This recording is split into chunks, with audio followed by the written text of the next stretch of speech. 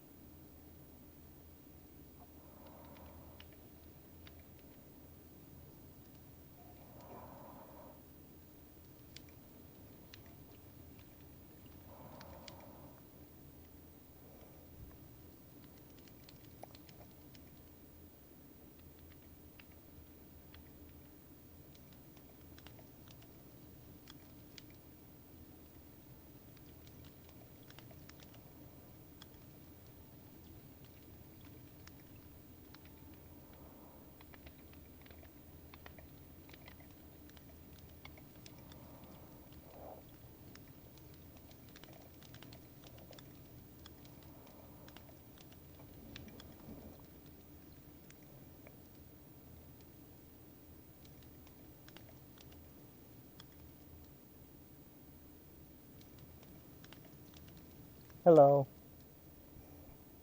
I think one of my claymores got someone.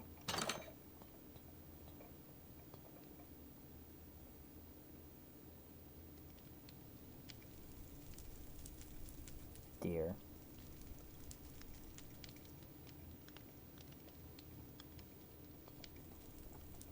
Anyway,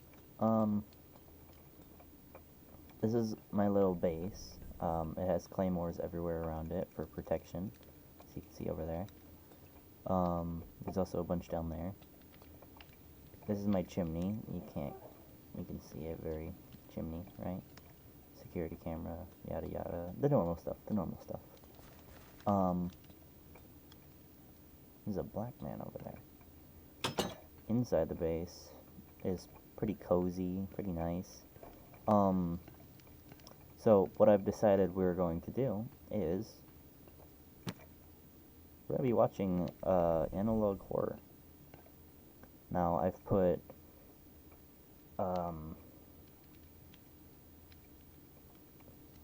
discs into these cases so then we can watch them on TV. I think this is gonna be a lot of fun, honestly. I've also got little things hidden throughout this to take my mind off of this. All of these, if I get spooked. If I edit this stream into a video, because I'm recording it as a video as well as streaming it, I might leave timestamps for all of these, but the ones we're going to go out watching today is Local 58, Woodlands National Park, Monument Mythos Season 1 and Season 2, Basswood County, Arcadia, Angel Hair, and Mr. Friend. This one, Angel Hair, was a recommendation from a friend. And none of my other friends had anything to recommend. So, hello! Are you appearing on screen? Why are you not? Did you appear on screen screen and it just not show up? That's the wrong player. Can you say something? Oh, I can say something real quick. Test.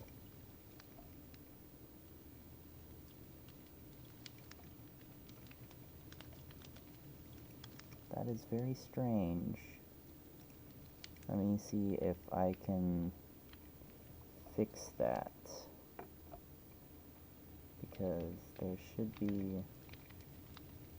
Oh wait, refresh. Refresh. Test 2.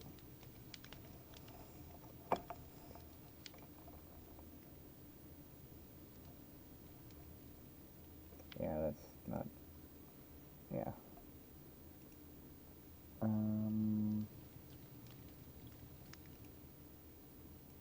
Stream tools. Overlays. This one. Edit.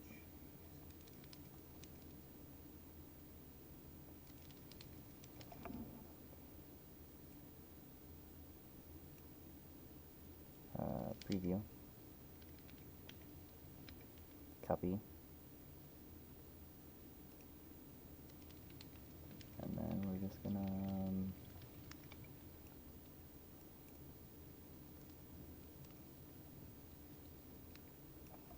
delete it. That one. And then put the new one in. Yes. Alright. Test 3, because we had got it. This is one of the things I forgot to test if they still work. It's popping up over here. Oh, I put in the wrong URL. Whoops. No, because it's appeared here. What the fuck? It says it's appearing here.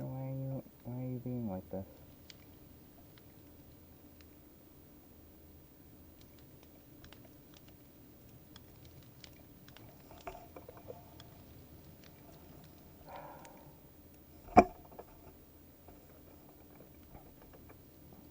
Try again. D.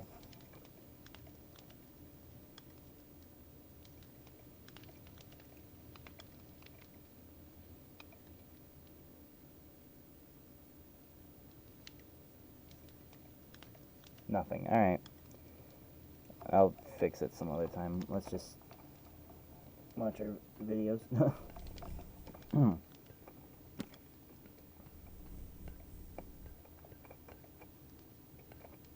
So the first one is episode 1, let me copy, of Local 58. I'm just gonna put the book here so I don't have to run back over there.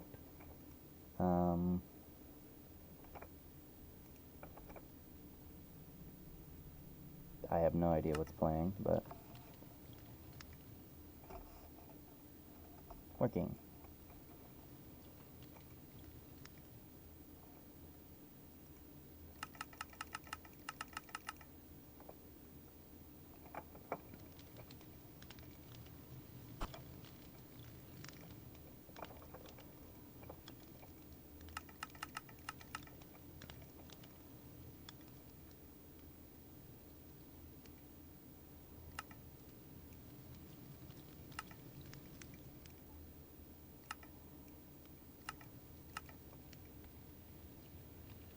Come on.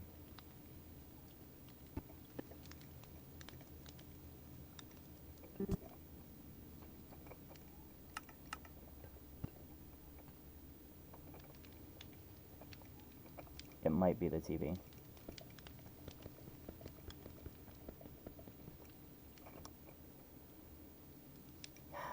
Please give me a moment.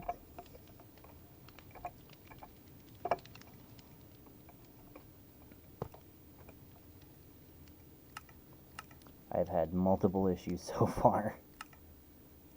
It was working before the stream, but now that the stream has started, it decided No.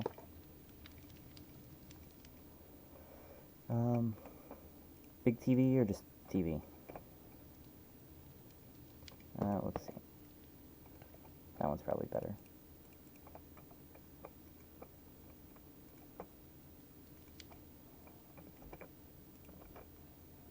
Save. If this doesn't work, I might just have to put an overlay up. Oh, yes!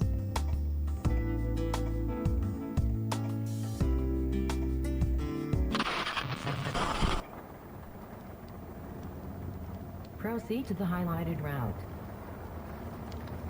Continue on Holbrook Park Drive, then in 500 feet turn right onto North 38th Street. You will arrive at your destination in 2 hours and 28 minutes. Let me turn up the video volume so you can hear it. Turn right onto North 38th Street.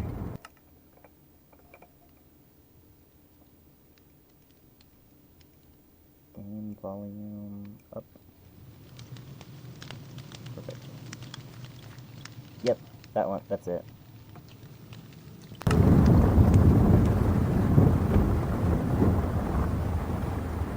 In a quarter mile, turn left onto Merritt Parkway. You are on the fastest available route.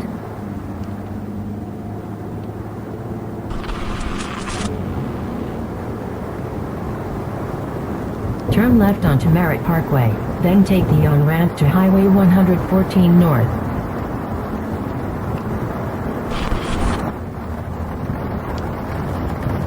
Traffic ahead, rerouting. In 10 miles take exit 17, then turn right onto Quarry Utility Road South. You are on the fastest route.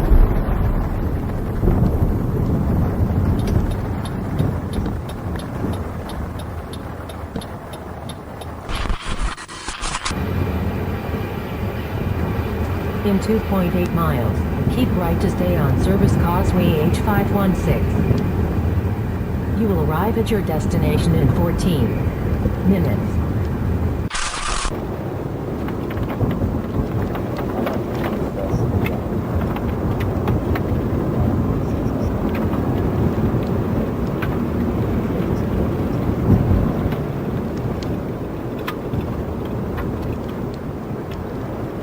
Rerouting.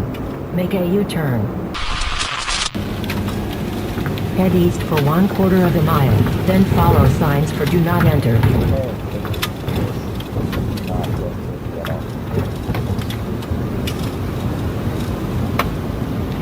Continue on unnamed road, then, in 300 feet, turn off your headlights. Turn off your headlights.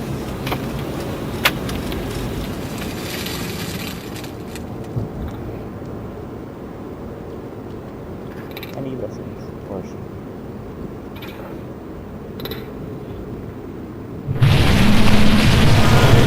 Rerouting. Make a U-turn. Your destination is behind you. Rerouting. In 5 minutes. When they turned the headlights back on, there was something right here. I'm not able to go back, unfortunately, so we'll just... Your destination will be on in 300 feet. Your destination in 250 feet. Rerouting. Your destination will be in 50 feet. You will arrive at your destination.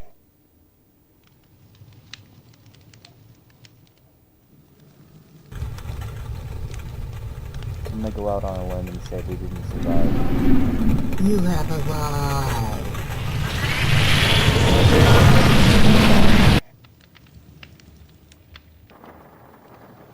Okay, that was the end.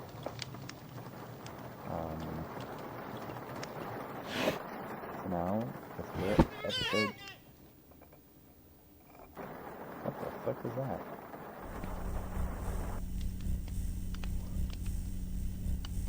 Let's grab episode 2.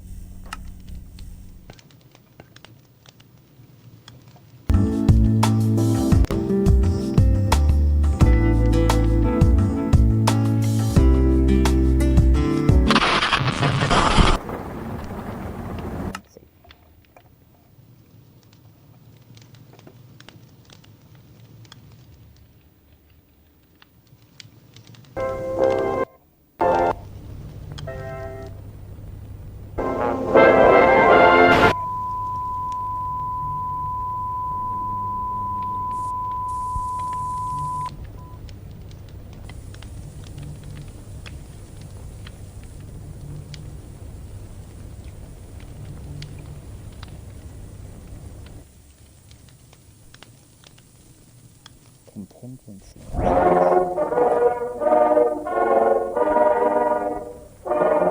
worst has come to pass. Despite the sacrifices of our citizens and allied armed forces, the United States has been forced to surrender to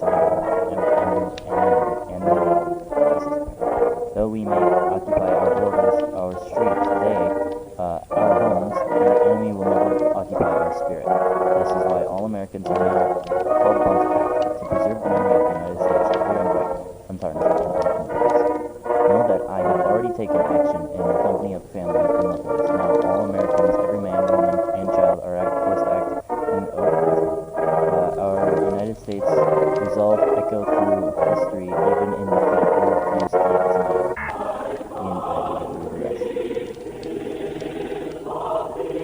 Take America with you. It's on our way, anything racially involved, and privilege to be called to action.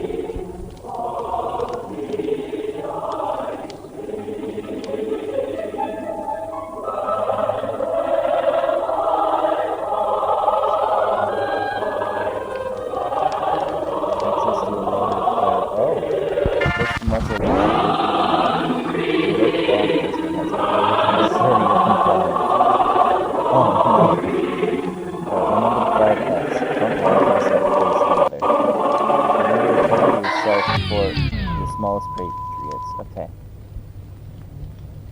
Is that all?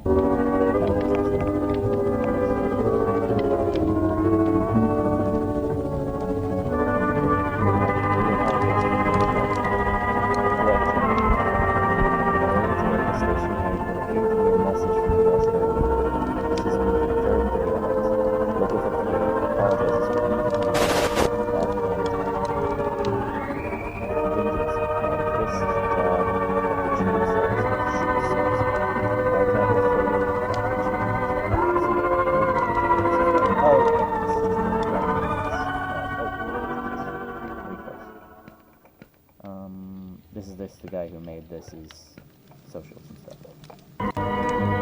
Or girl, I don't know. Alright, on to episode 3.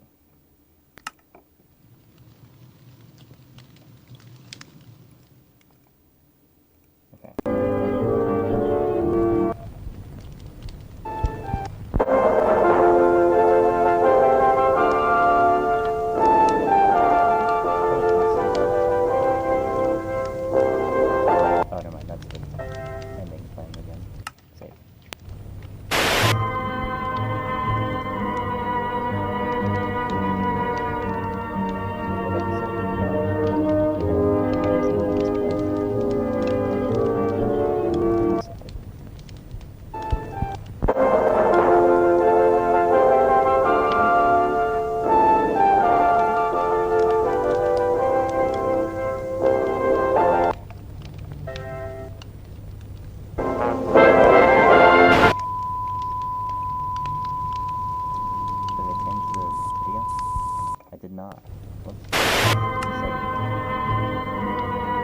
Reload.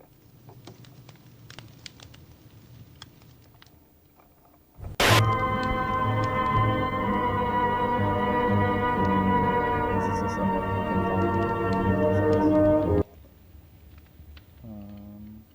it's a different link. Maybe I just put it in weird.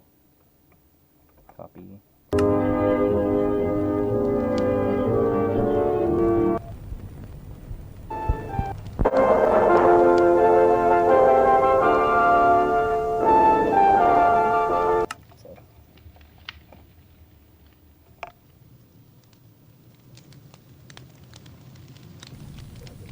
Oh, there it is.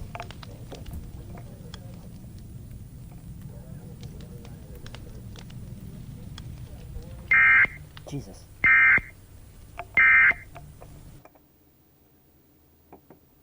I'm gonna turn that down for myself real fast.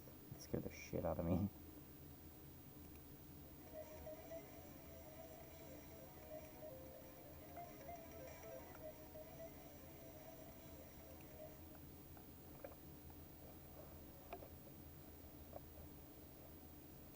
Alright. Continuing.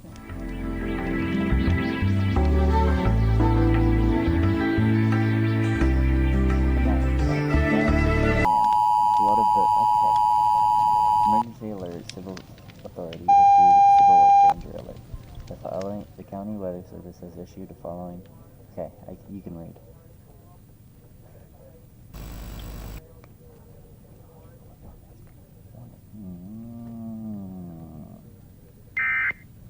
Go outside now.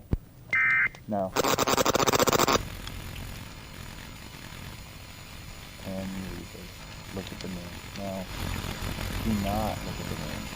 Stay inside. Do not look at this sky.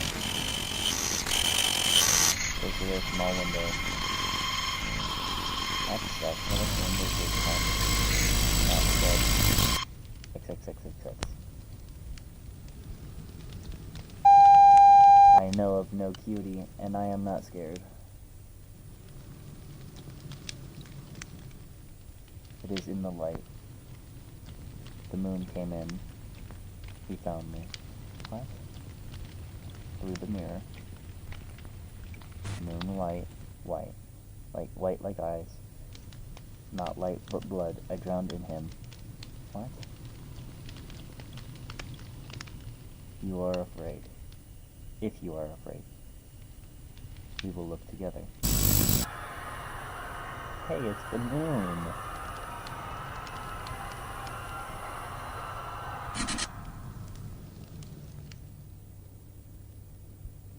Weather service. Bye. Oh, this is the credits again. Okay. Alright, episode 4. Copy.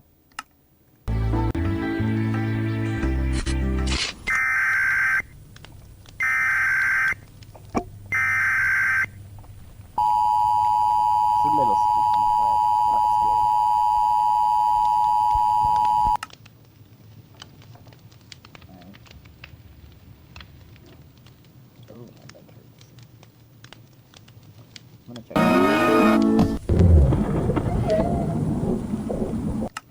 Stop for a second. There's other receivers. That's not terrifying. Zombies.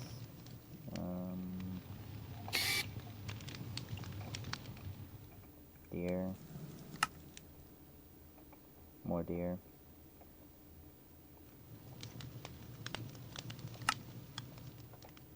Same deer. Play more. Enderman. I wonder what happens if I look at an Enderman through a camera. There's that deer again.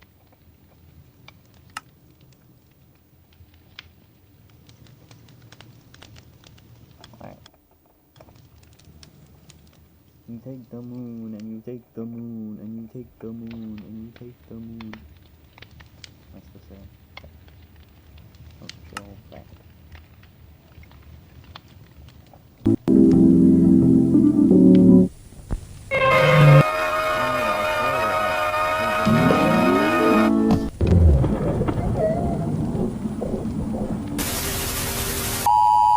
Safety in numbers. So true. Unless it's a zombie apocalypse. Was that an actual episode, or did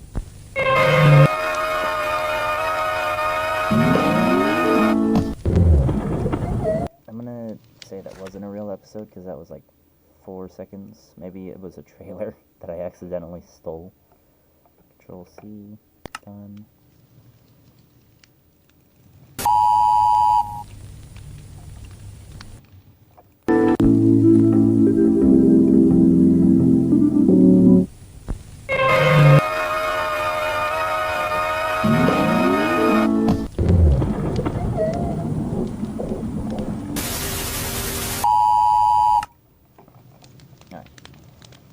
Next episode.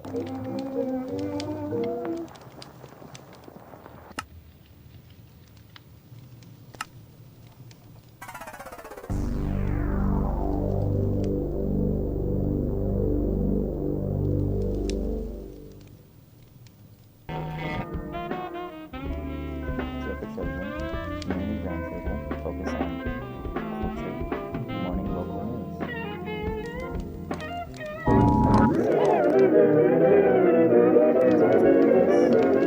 The morning news before the cartoons, I don't think it's the morning.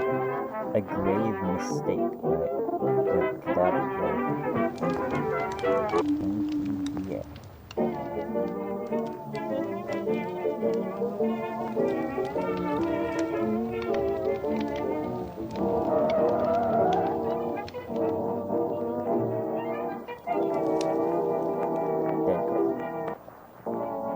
Ice dead girls.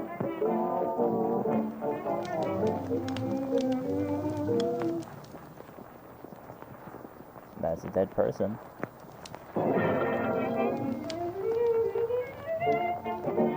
Why is he scared of dead people? He is a dead people. The moon.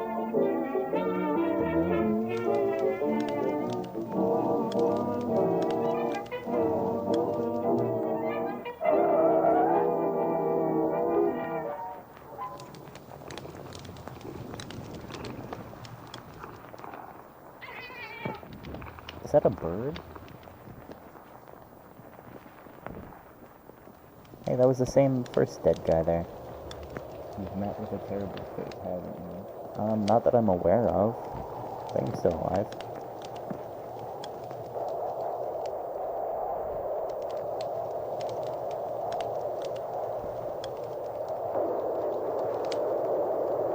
A hole with no apparent bottom.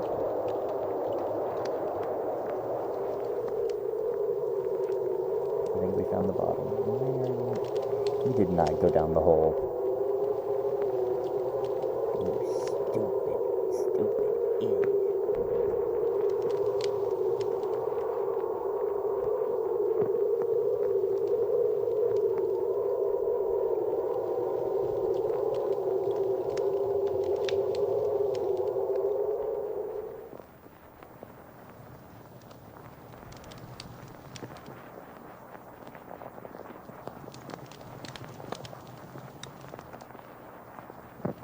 I don't know why I tried to look up.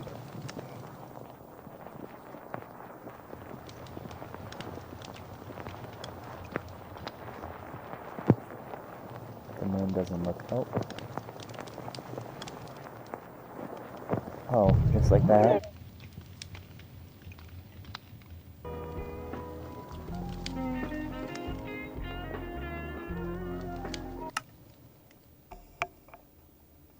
I'll be damned. That was certainly a show for kids. So we're on episode 6 right now, right?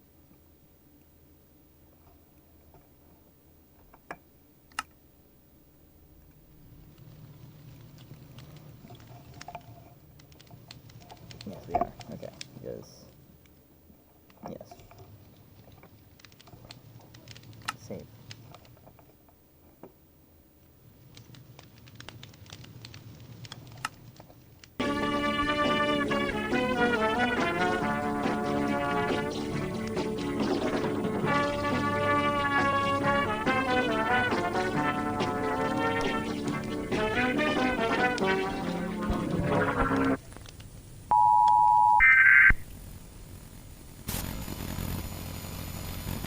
Some signals to ourselves. Ooh, they don't know.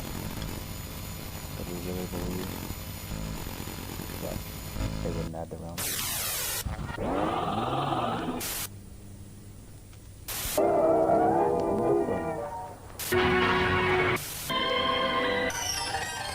Your destination has moved. Your destination has moved. Don't touch that dial. More to come. We begin our broadcast day.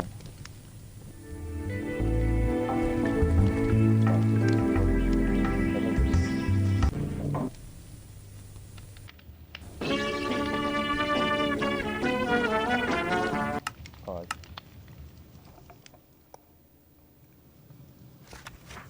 Episode 7.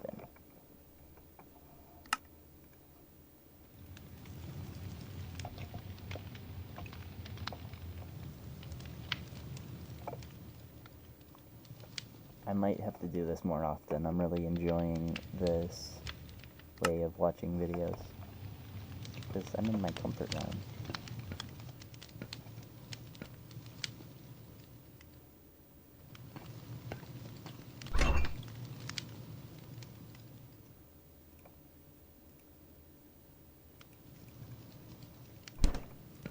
You know? Comfy cozy. Safety in a bag kind of thing.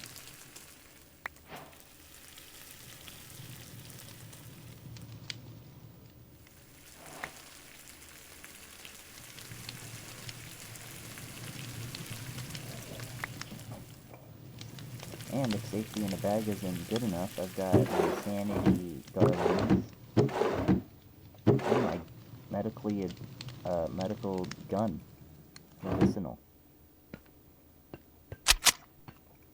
Let me just show it to you. Show it to you real fast.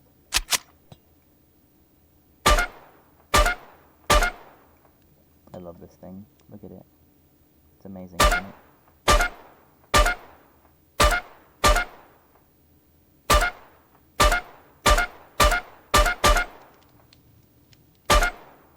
Anyway.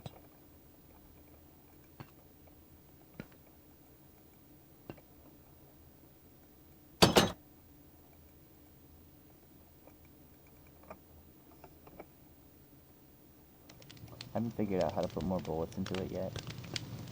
So I think I just took all the bullets out of it. I did. Uh-oh.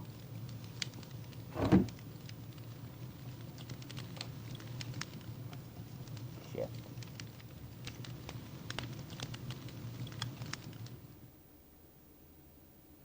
Yeah, rifle ammo. How do I put it in now?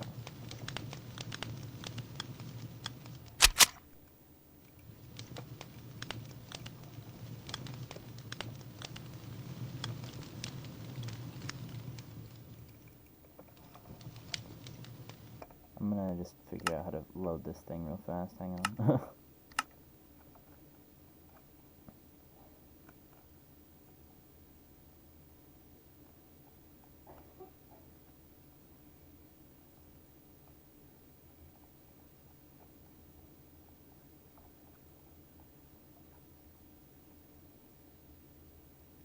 Reload. Left button. Thanks.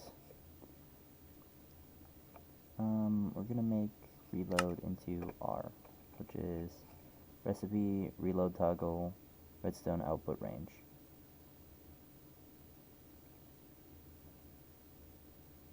I think I'll be fine with those conflicts.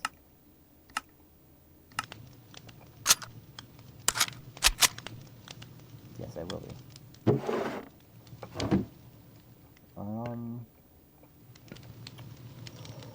Yep.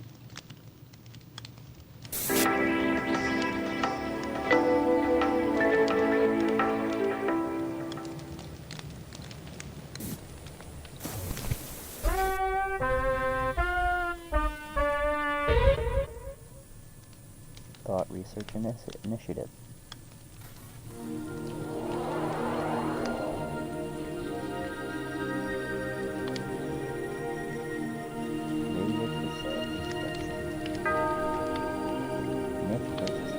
On your page, the second in your workbook. Myth effect. Naming is necessary and a regular function in sleep book. Yes. The answer is yes. Fact. Fact. What? Modern medicine agrees that REM, rapid eye motion, sleep is necessary for dreaming can affect genes of correlation or not casual. Yeah. Dreams contain symbolism that can predict the future. No. False. No. Yeah!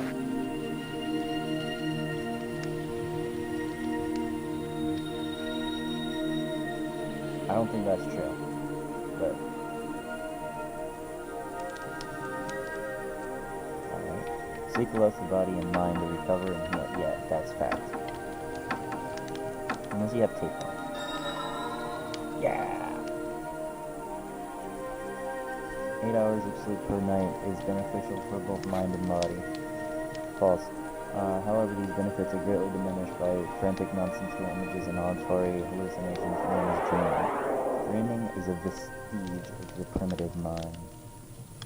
I probably misread a bunch of those words. The Kite Man map. Turn to page 9 in your workbook. Our studies have allowed us to zero in on neurotopical pathways that dreams exploit in the subconscious mind. The Kiteman map is an index of an electric activity in the brain by dream. Once mapped, this activity can be triggered by other controlled stimuli, fluid. Okay. The opposite effect can be induced by using the same inverse, or using the inverse of the kite map. So you're going to go to a different part of the brain by mapping to this part of the brain. No more dreaming. This is what restful, real sleep looks like. Man, I must be having amazing dreams then. Or amazing sleep then, because I don't dream at night. Inducing your anti-dream. Close the workbook and watch the screen. Okay. I've been doing that the entire time. I don't have a workbook. No two minds are alike. This instructional video was customized for you using personalized Kiteman map. Okay, well. Sequence 1. Visual calibration. Stare directly into the center at your television. Alright, let me get the center.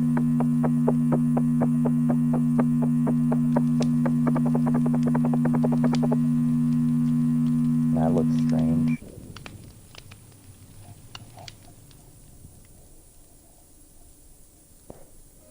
Radical memory. Do I keep staring at the center of the screen? I'll take that as a yes.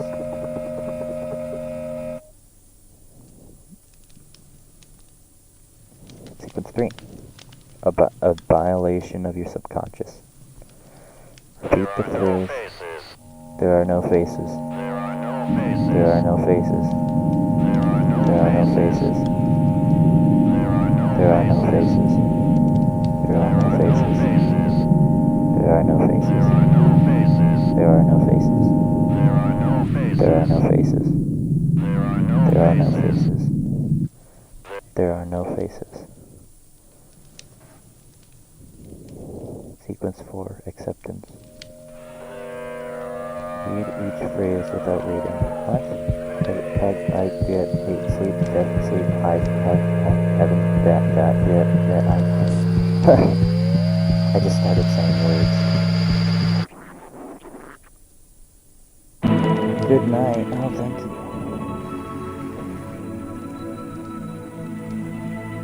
Most patients report a night of dreamless sleep after only one viewing of this video cassette. Cool. Consult your technician if you're experiencing delayed results and or unwanted side effects. Do not see a doctor. Oh, lovely, okay. Well, now I gotta go to the doctor. Oh, okay, that's the end. Well.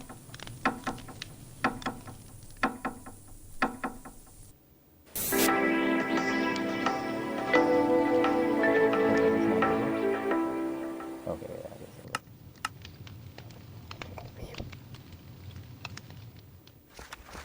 We are on video 8.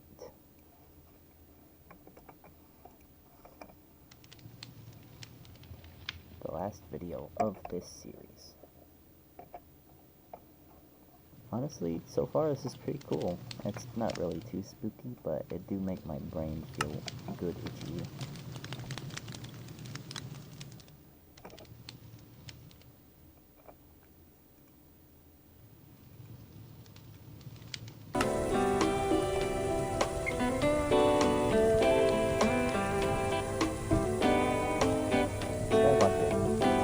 City Council meeting. Paid programming.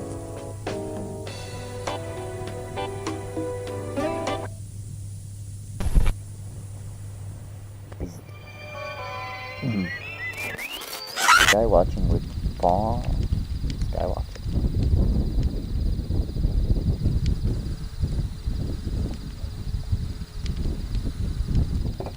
The stars upon the sky.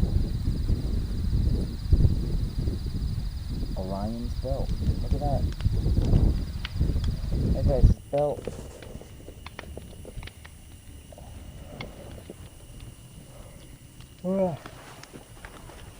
The Big Dipper. No. It's wrong shape. Golf club.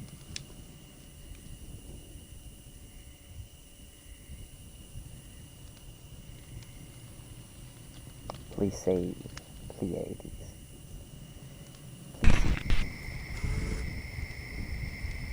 The moon. Quite cloudy, so I'm gonna assume they're playing that at the moon next.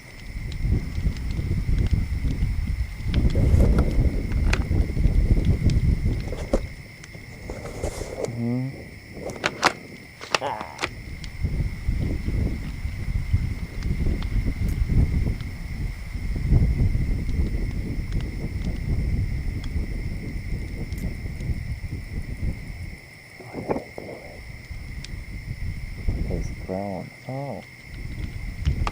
Please.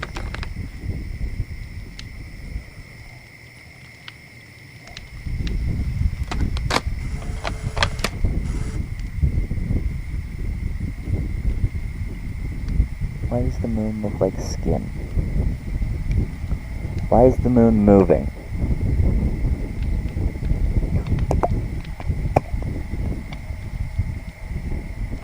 Oh, maybe those are clouds. Never mind.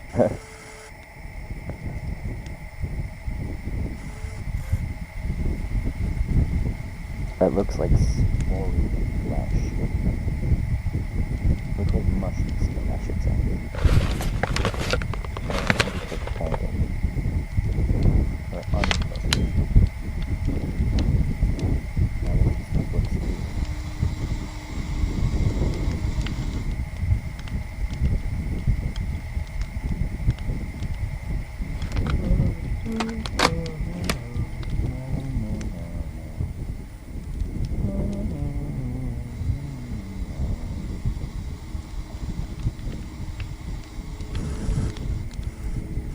An arrow. Or maybe a pyramid.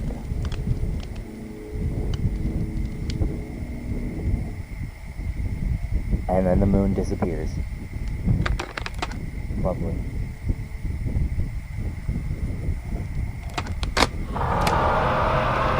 Oh, there it is. Found it.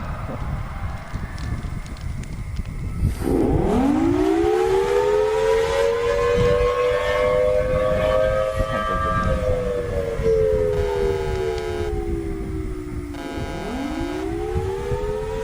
Well, reaching for the stars. Rejoice. Hey, that reminds me of another series.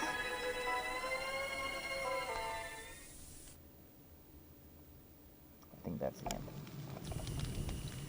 No. There's still more. Oh, it's the ads. Okay. Or not ads, sorry, the credits. And that concludes Local 58. I'm gonna clean off these shelves. So we can put the ones that we're done watching away. Local 58. Now, moving on to Woodlands National Park. I'm just gonna, yeah.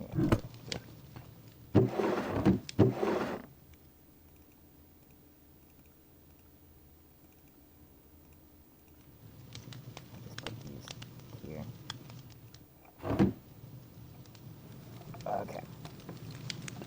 Right, Woodlands National Park. So we could get the... Oh yeah, there's only 3 episodes to this one. So it'll be rather short. Copy.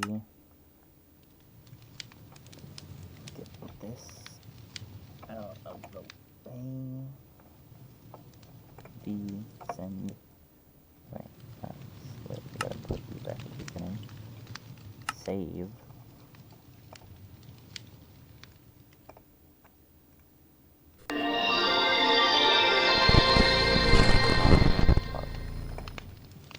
Hello everyone, I'm Park Ranger Steve. Oh, And I'm Park Ranger Alex. And welcome hear to that. Woodlands.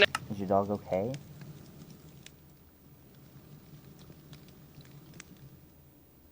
Well, at least you're awake, I guess. Are you in the bed? Did they puke on you? That's the dumbest thing I've ever heard.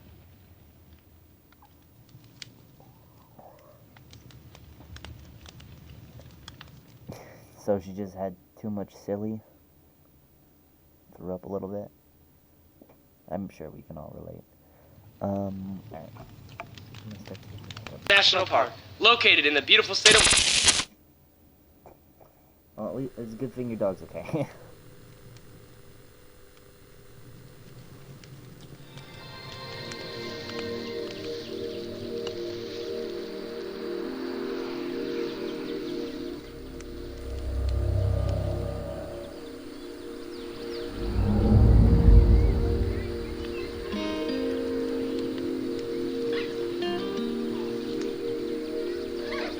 park contains many anomalous creatures, plants, and entities. Jesus. And today we're going to be talking about informational videos that are only available at our visitor centers. These videos will include stuff about the park, locations, and crazy animals that will give you nightmares.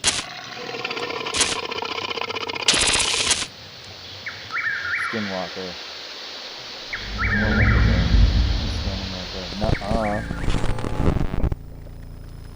I see him now. These videos can be located at our visitor centers at the designated viewing stations. All you have to do if you want to learn about a subject is press the designated button and these videos will play. These videos cover topics such as walkers, weather, trail locations, visitors locations, national park history, and more.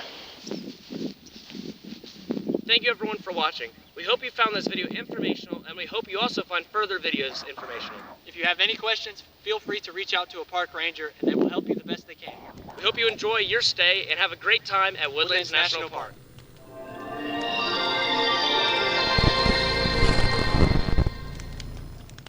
That's a good opener. Before I grab the next episode, what do you think of my decor?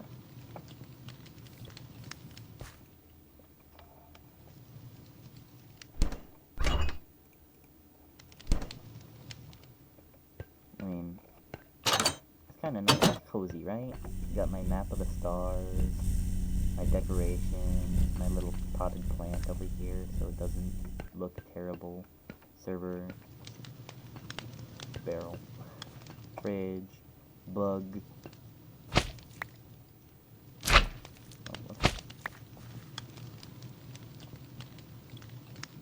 I have the bug on my head.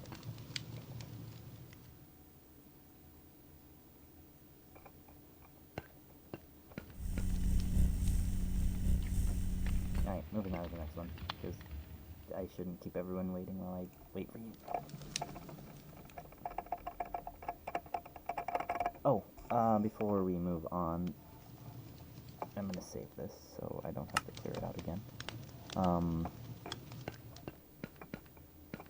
You know, actually, I'm gonna take this with me when I go out there.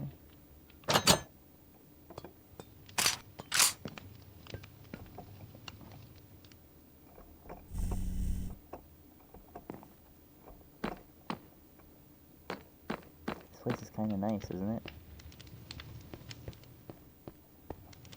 Like, look at it everywhere around here. Everywhere around here, you know?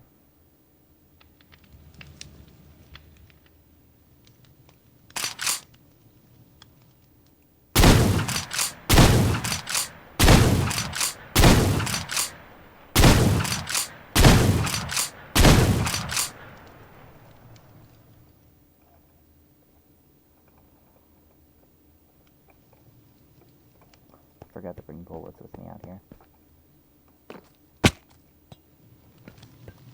Oops, I fell off a roof. I'm going a little bit crazy.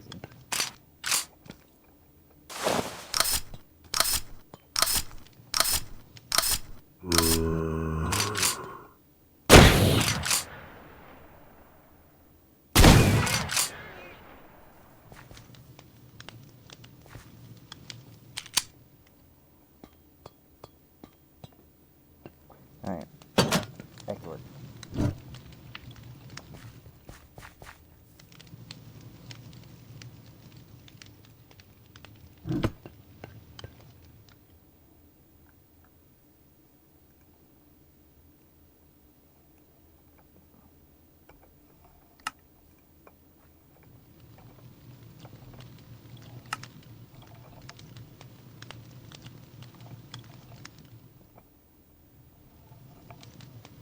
Alright. So we can close the area off and prevent any further casualties.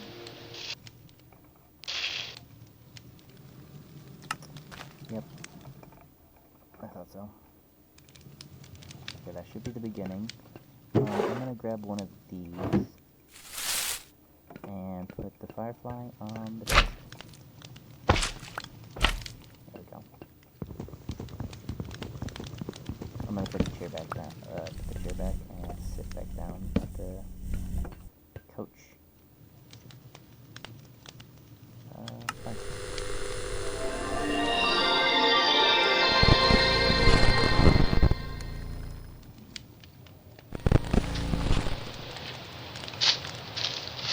everyone, I'm Steve with Woodlands National Park, and today I'm going to be talking about Wendigos. Now what is a Hey, I called Wendigo? it. Well, a Wendigo is actually a Native American legend, which until recently we thought it was a legend. Due to some mishaps at the park, there is no legs here. You can see the drag marks about here. Stole his leg. We now have a knowledge that Wendigos are real. Now, with this being said, if you need more information about the Wendigo, please feel free to pick up a pamphlet at one of our many visitor centers around the park. Now, what should you do if you encounter one on one of our many prestigious trails? Well, the first thing you should do is never run. They love it when you run. Oh.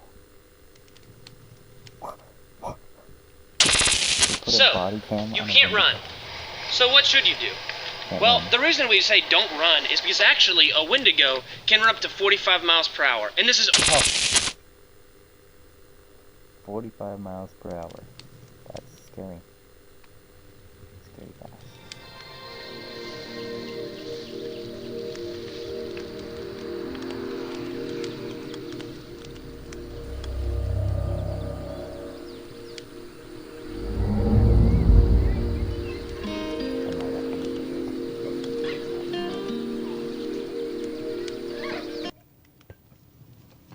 What? 45 miles an hour.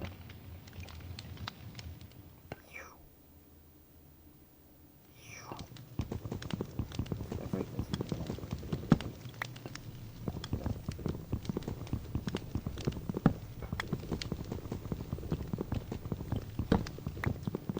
And I need to do for the next episode.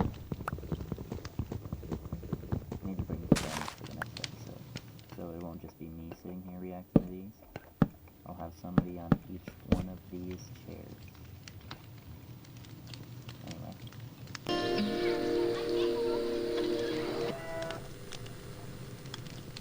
The best course of action is to slowly back away. Make sure you watch your footing so you don't step on any loose debris. Once you've reached a safe distance, please speed up and reach one of your local.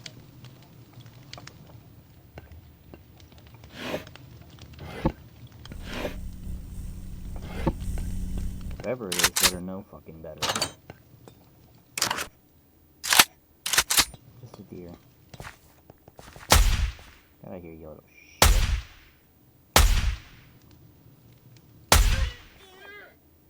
They have no head part.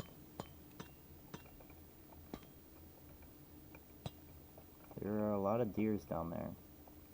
And they can pretty easily get over here. They just gotta run. Also, it looks like they have ran into all of my claymores down there.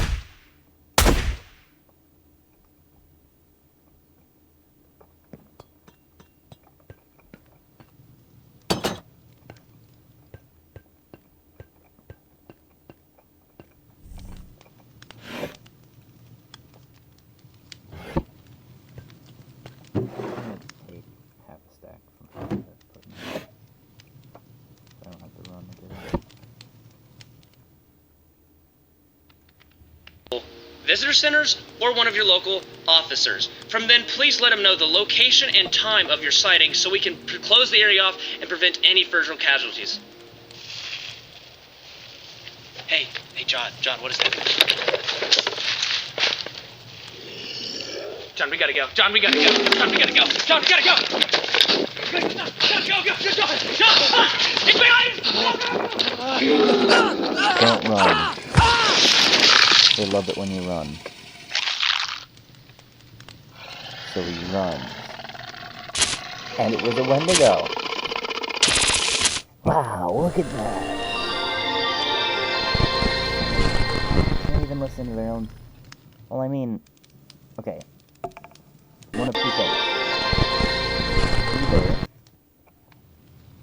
they're fucking stupid and forgot all of the safety training that they probably should have gotten and got killed over it because they were scared, or backing away slowly doesn't help, and that's just to keep people coming to the park.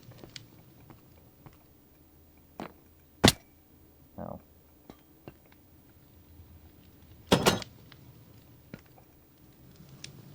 Alright, last episode. Oh wait, 3 pages. There's more episodes. My bad.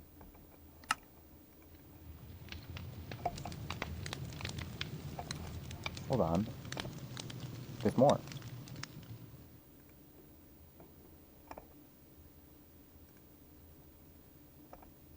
I'm Steve with Woodlands National Park, and today I'm going to be talking about Wendigos. Now, Wendigo. Well, a Wendigo is actually a Native American legend, which until recently we thought it was a legend.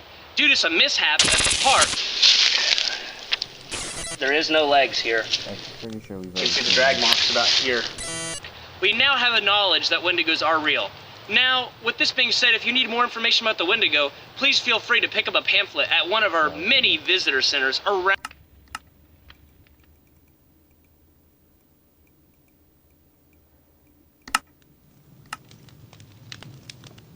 Strange. Okay. Clear this out.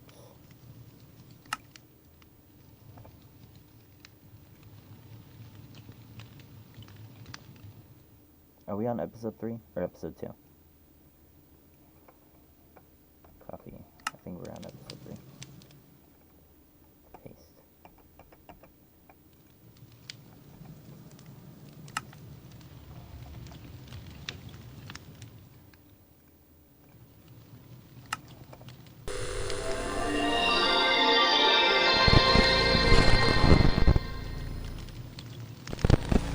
Hi, I'm Park Ranger Alex here at Woodlands National Park. And before we get started with today's PSA, here are some announcements for the park this upcoming week. Dead Man's Trail is closed until further notice. We ask that all park members please respect the privacy of the victim. Okay, so is the cameraman who is the victim. The visitor center on the south side is also now open.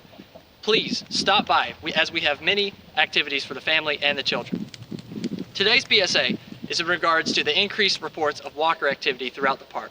And we as a park staff wish to inform the Walker. public about what walkers are and how to be safe against them. I guess this is the Walkers perfect are, video to by watch all them. accounts, unique to the park in that they are never found anywhere else in the world. Walkers, Cool. until recently, were believed to be completely invisible and possibly spectral.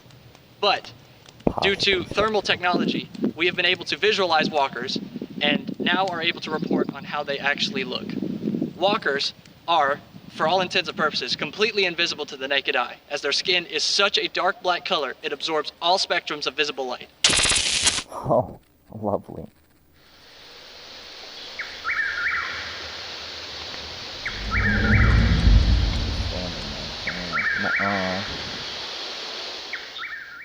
They can only be seen via thermal technology. And with this, we've been able to conclude they are anywhere between 12 to 45 feet tall, with long legs and short torsos.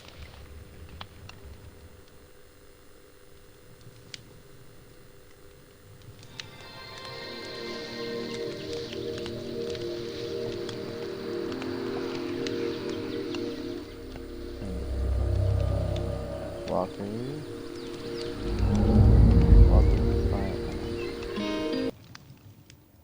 Are quite historic, mysterious creatures that are completely invisible to the naked eye at night due to their incredibly dark skin that absorbs all visible light. We currently have no communication for will that come people. What? They are estimated to be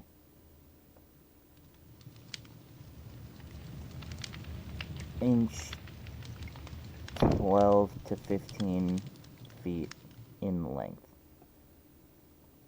Walkers are capable of cooling high levels of Iliad waves from their boobs. This will... What?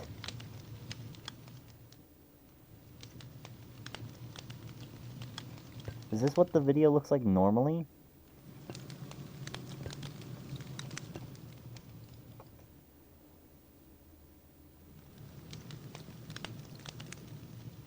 bodies. Theorized to be some sort of language, the walkers, but effort to decipher the signals have been unsuccessful. So it's harder to read the closer you are, but harder to read the further you are. I keep seeing your message and it freaks me the fuck out every time. Still some video to go. Keep watching.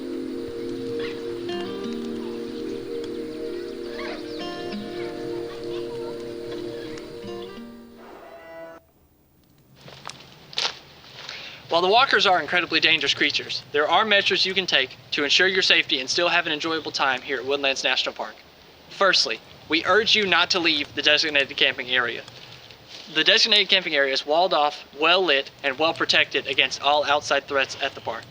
And we urge you not to leave, as it is your safest place to be. Secondly, we urge you not to let your campfire die out, even late at night. Keeping your campfire stocked is your last line of defense against any threats that may want to hurt you. Thirdly, if you have any FM radio or AM radio or any kind of walkie-talkie, we urge you that if you hear static late at night, please respond with the words, "Ranger, Ranger." If you do not hear a designated ranger with a badge number respond to you, please ignore, as it is a walker. We do not understand how exactly this is possible, but we can confirm it is indeed a walker. Cool. Campfire. Got it. I hope these aren't shown at fucking... They're talking about the ranger station, I think they said. That concludes today's PSA. If you have any questions, feel free to ask a ranger or pick up a brochure in the visitor center. That's all for today, folks. Happy camping here at Woodlands National Park.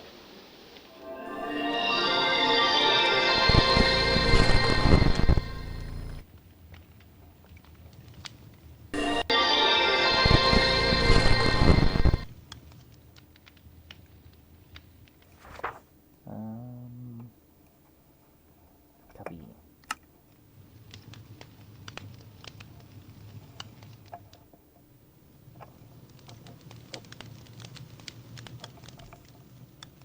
Paste.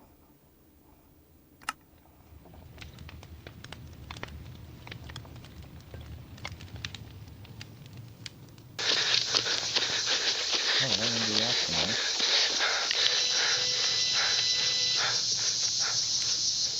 One up, two up, three up.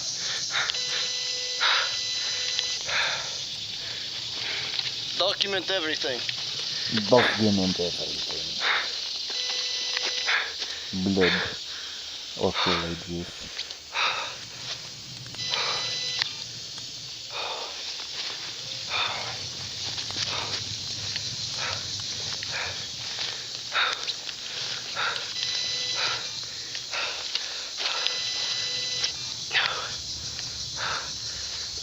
Blood. Guy was done. More blood. What does that one thing a walker look like during the day? Oh, they tried to get out.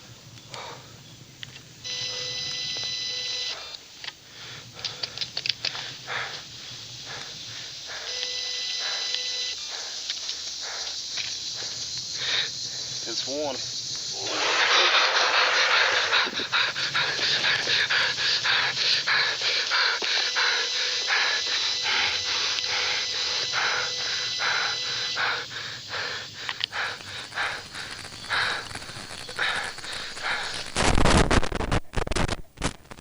So whatever just destroyed the camera was radioactive.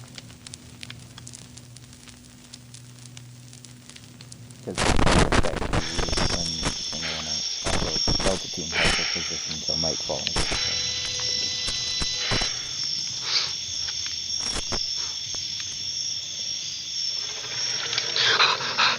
Turn that light off. I'll check it out. No, don't turn that light out, nor go out there alone.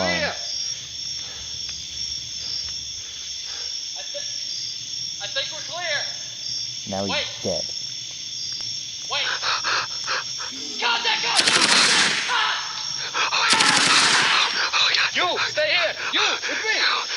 Don't stay there.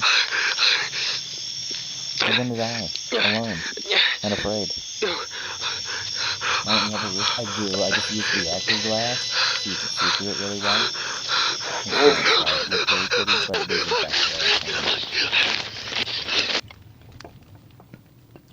What is that? Where the fuck are all these deer coming from? See? When I started building the house, I had the idea to put horror monsters or horror people here. So I just wanted to look at the sky, make it look pretty. But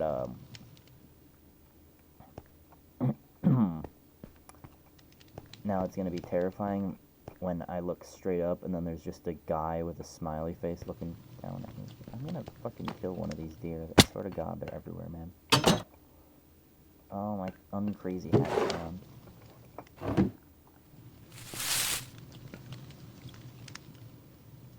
Yeah, it's okay. I didn't really expressly say that. You know, I'm a little spooked already.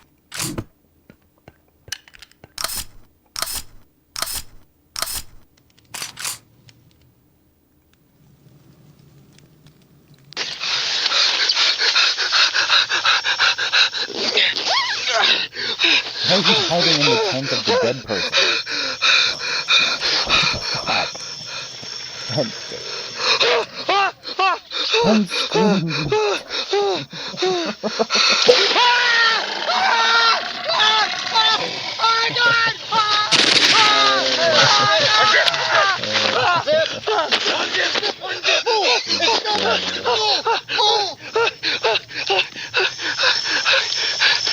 Follow me!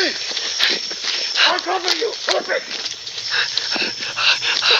And now we're leaving his man behind.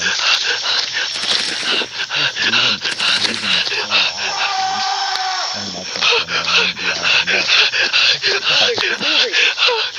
We can't stop! We can't stop!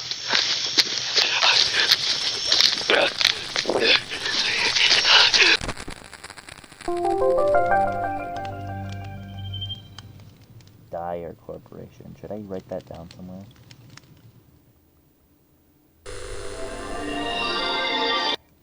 Okay, I'm gonna say that was the end.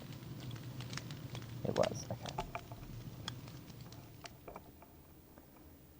Bacon! Alright, we are on episode 4, right? 4?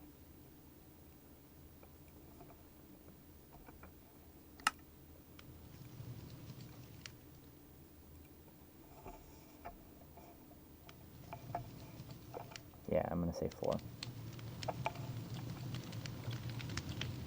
Save.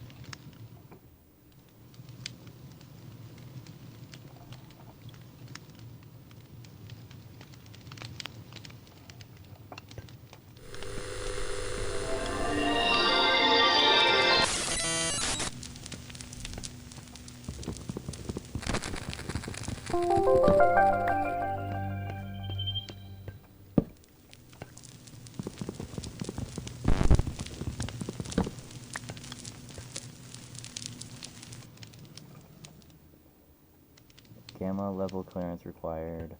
This program is considered highly classified to any person or persons viewing this film without gamma level security clearance are subject to immediate termination of employment and benefits without warning from the Dyer Corporation. Viewer discretion is advised. I'm gonna move this one up a little bit. Make the couch a little more cozy for when I have more friends.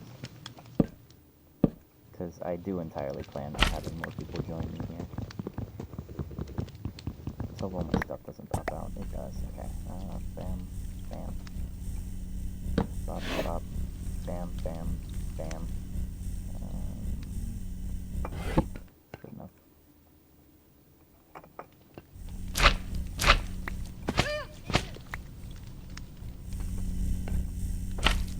Apparently a deer just fell outside. I'm gonna teach these little shits a lesson real fast.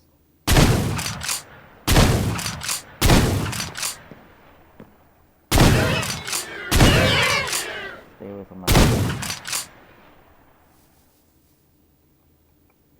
Oh, shit, what the fuck? Why am I going crazy?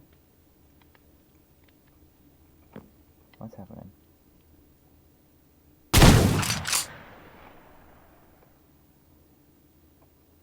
Why am I going crazy?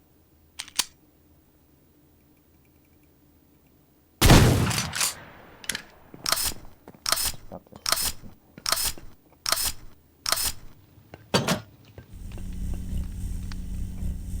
You know, might as well just grab the rest of the bullets. There isn't a point in keeping them separate from the gun.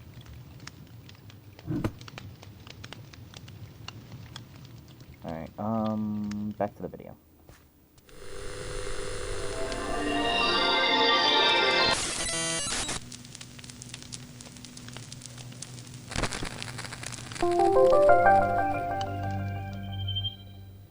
Bring Neil a better tomorrow.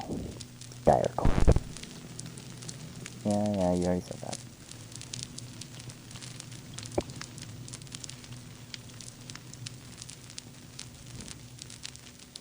On June 1985, 75, the Dire Corporation received a call from Woodlands National Park regarding the recent death of their one of the production staff, John Stewart. Footage recovered from the scene revealed that the cause of death was an encounter with a Wendigo. Within 15 hours of John's death, Dire Corp was in the van, and there's John. Okay. The team consisted of an expert tracker, 2 weapons specialists, and a cameraman to document the entire mission. And this is their story. Site of John's death, right there. Designated park, body found by park rangers. The expedition started from the site of John's death.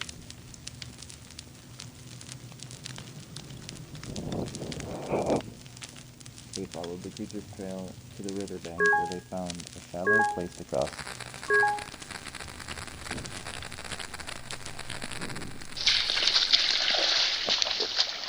So now we get to see what happened to that, or what happened, or what led up to their death.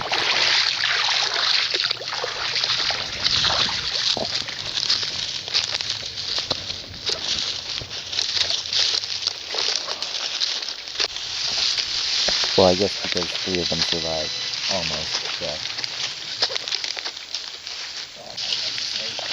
Oh my leg!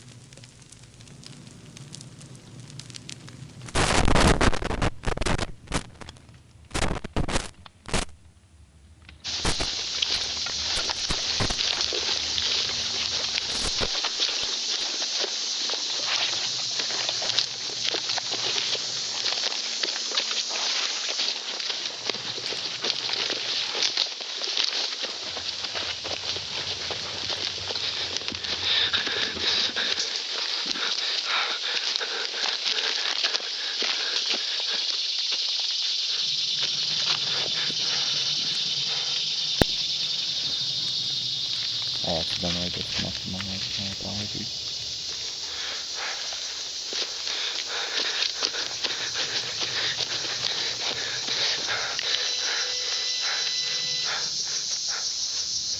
One up, 2 up, 3 up.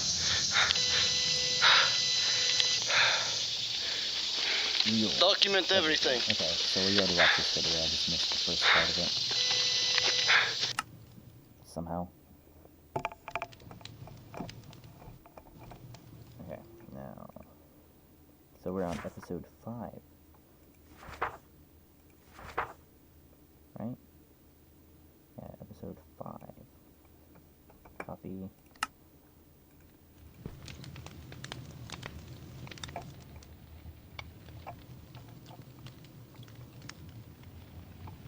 Paste. Save.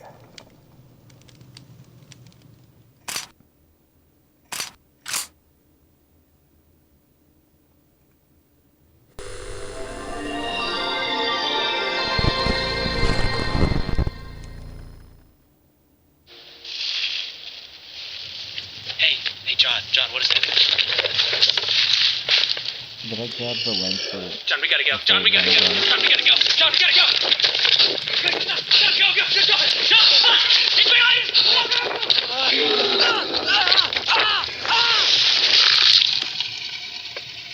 Wait, let me make sure... Starting at the beginning. There we go. We're like 32, right?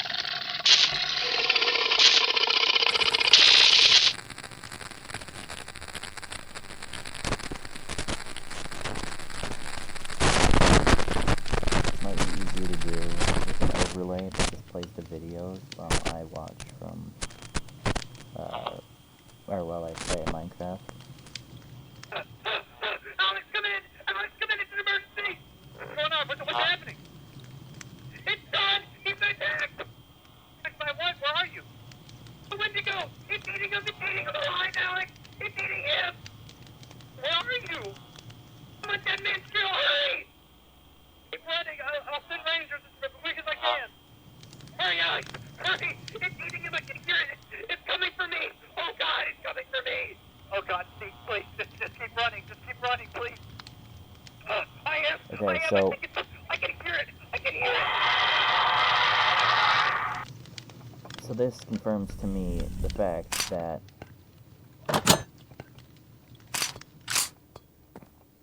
standing the ground and not running, slowly backing away, does not work. So the only reason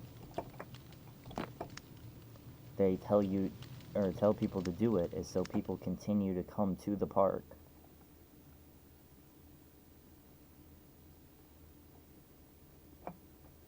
Because, well, what's the point in the park if nobody comes to the park, you know? Has that skeleton got a trumpet?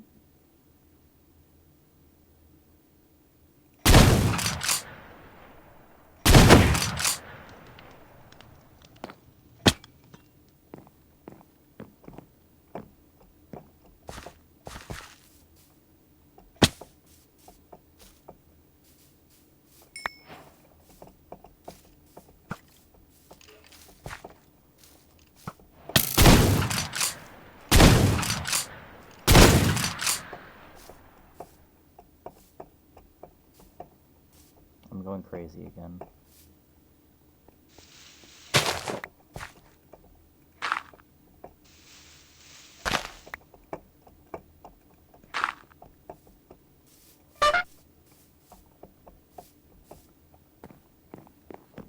I now have 2 trumpet.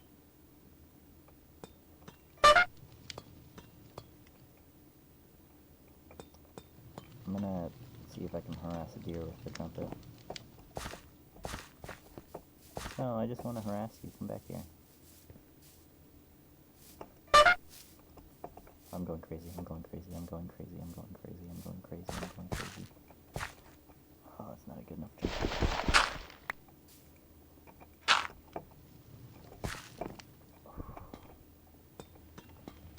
I can see that point. My garland is broken.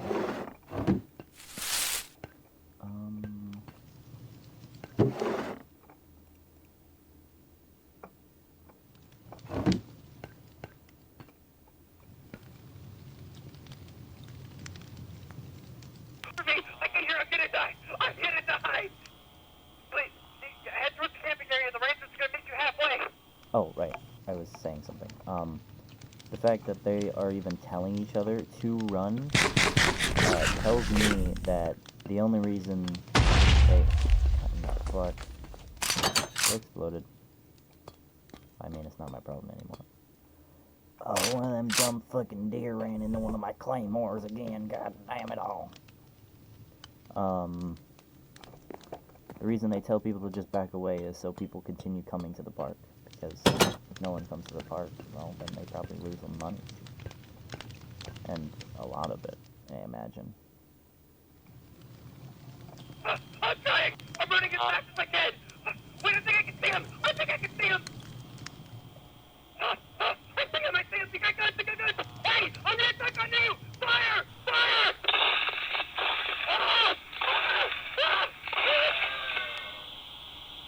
We scared it off! We scared it off! It's running away! It's running away! I made it! I'm safe! Thank God! Thank God! Thank God!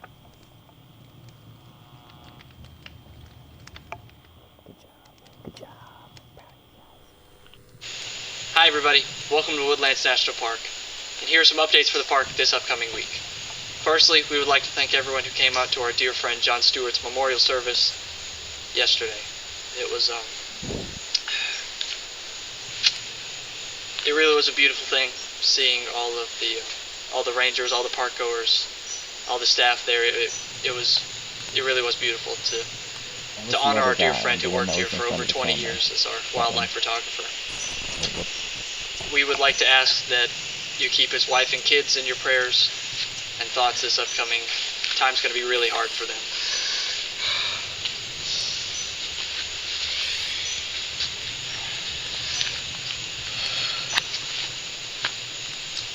You okay? No, I'm not okay. I don't want to do this right now. I'm tired. I'm depressed. I'm miserable. I'm exhausted. It's been one thing after another. I just don't want to do this right now. I just want a break. I want a break too, man, but we got to get this video out. You got the memo just as well as I did. The death quota is already too high. We're not even halfway through the year yet. And if they found out our wildlife photographer got killed by one of these things, oh my gosh, they'd have a field day with us. They'd shut the park down is what would happen. I know. Steve, come in. Yeah, what do you need? John's wife is down here at the ranger station. She's asking a lot of questions. You better get We gotta go. We gotta go. Shut the camera off. Shut the camera off. Uh-oh. John is the dead guy.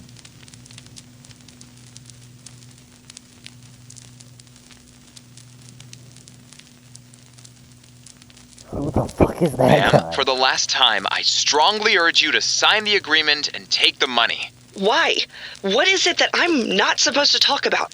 For God's sakes, my husband worked as a cameraman for a national park. It sounds like you're trying to hide something. Mrs. Stewart, this is standard protocol when something like this happens. None of you care what actually happened to John. Stop pretending like you care. You know, he told me what happens here. What really happens here. I know he didn't die from a bear attack. He was a wildlife cameraman for over 20 years. He was way too experienced for that. I think one of those things, one of those monsters got him. I don't know what you're talking about.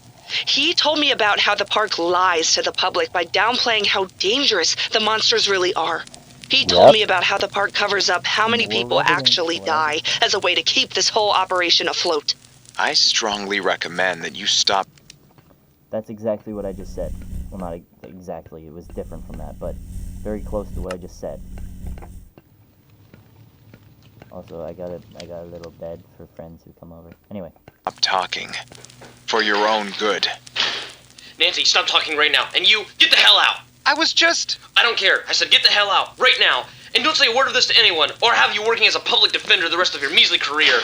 Steve, what is going on? Please tell me what's going on. Nancy, you need to sign this NDA right now. What? Steve, please tell me what happened to John.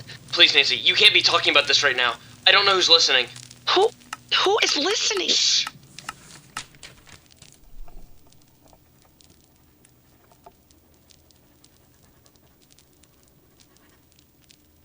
Read. Don't speak. Oh God, really? Are you still here with me? Oh, more writing. They wouldn't. John worked for them for so long. Why me? Nancy, listen to me. You haven't said too much yet. If you sign the agreement now, you can walk away from this. I'm sorry what happened to John, but that's over and done with now. These people. I've seen what they'll do. The people who know too much. You need to do this, Nancy. Do it for the kids. They already lost their dad.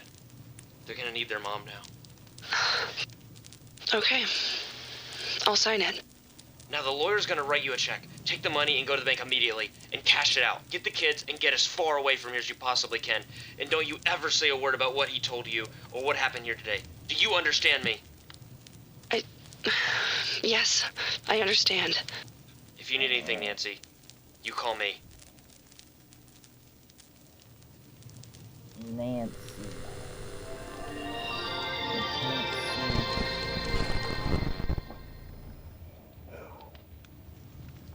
I'm missing that.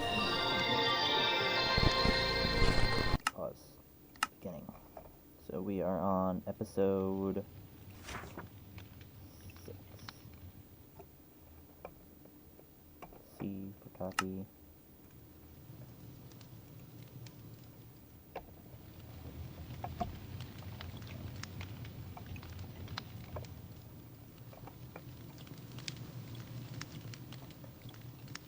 Save.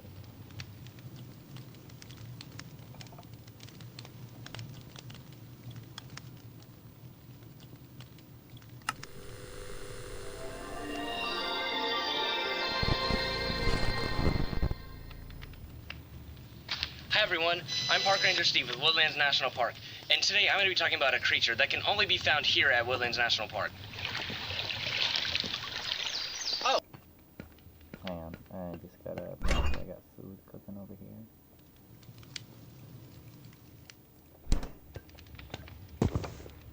Wait, what?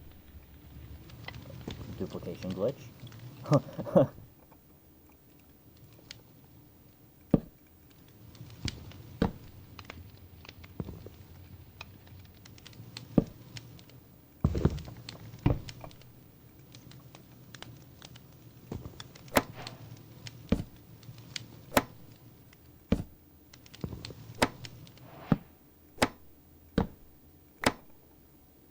Oh, nope, never mind. Not a duplication glitch. The other one.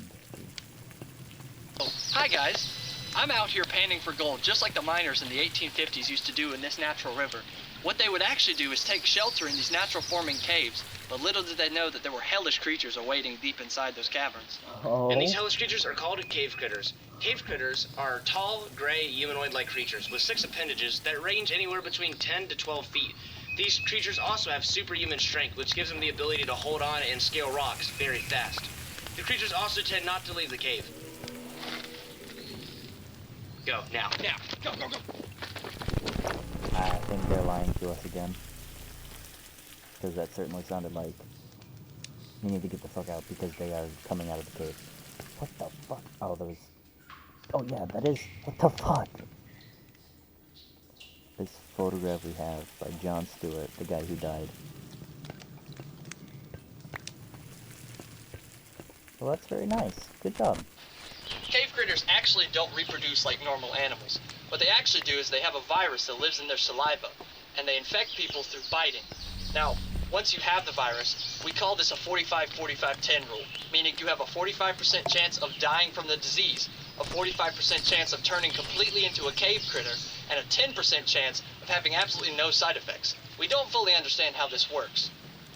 Within the first 2 weeks, the victim may experience rabies-like symptoms. Also, within the later month, they experience more symptoms, including but not limited to changes in skin color, superhuman strength, and the urge to return to the cave at all costs. At all costs.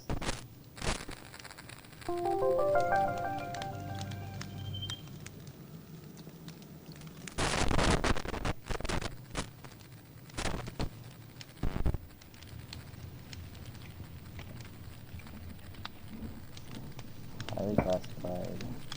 Again. What should we do now? What's going on? You guys are ready? Okay. Uh-oh. Uh-oh. Uh-oh. They fucking her up. God damn.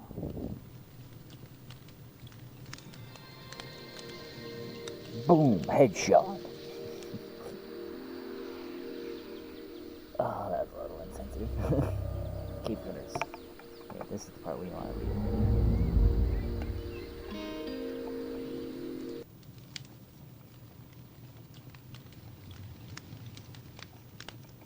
First discovered by miners during the gold rush.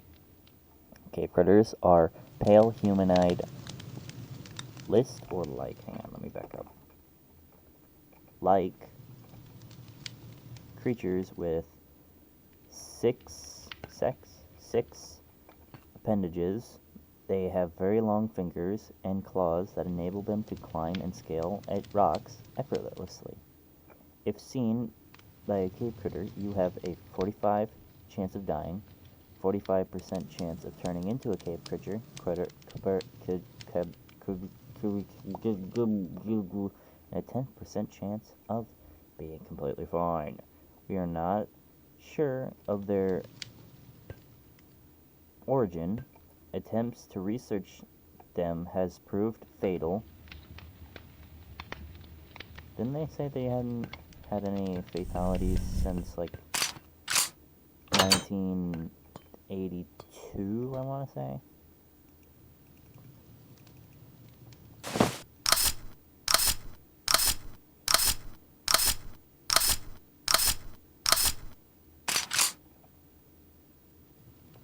Eight bullets, I see.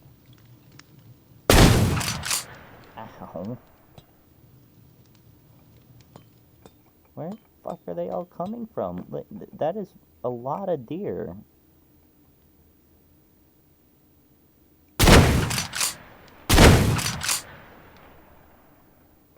It feels like a way too many deer, and it's just on this side too. Take a look. Not a damn one, but well, I mean, they might have been scared off by all the claymores that went off. No, because these are also claymores. Simply mounting an assault like this. Anyway,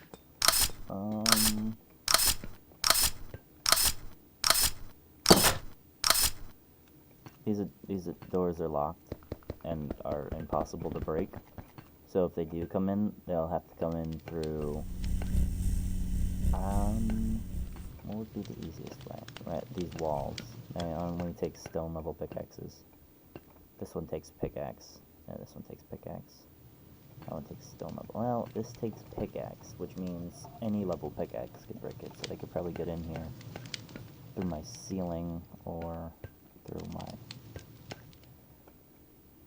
yeah, through my ceiling. Or if they, well, I mean, they'd have to get through the TV as well, and all this stuff. Who knows? Did you just whittle?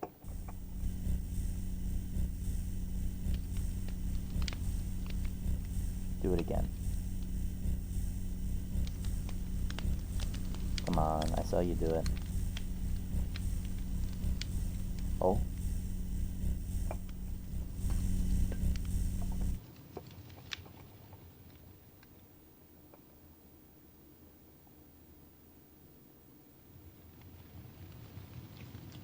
Do it.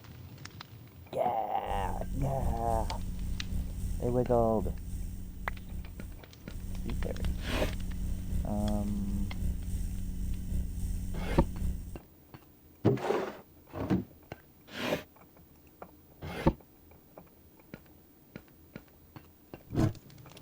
Perfect. I'm just gonna cook a little bit more food, just in case I get hungry. I'll bring this with me as well. You know what, why not? A slice of cake as well. Bam, bam. You know what, I'm just gonna go back to watching while I cook.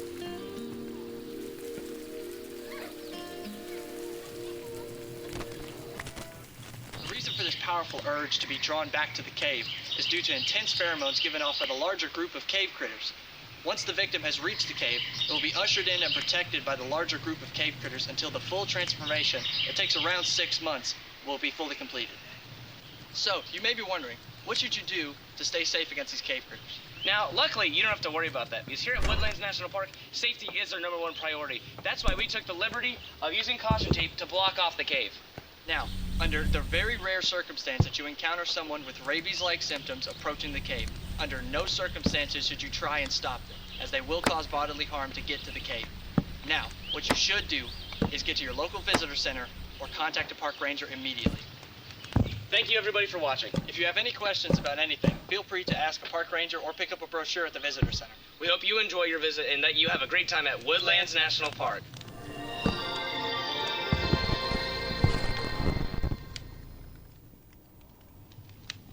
I've got 2 now. I didn't quite work how I wanted it to, so,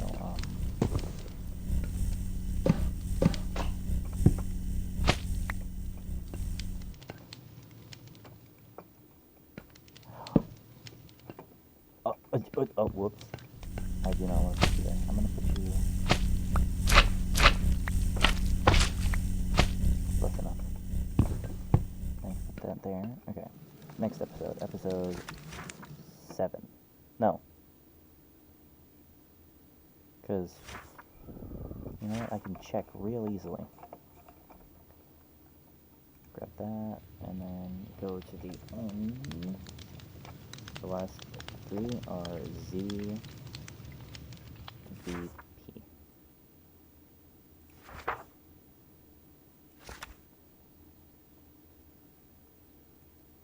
Okay, we're on episode 7. Cup.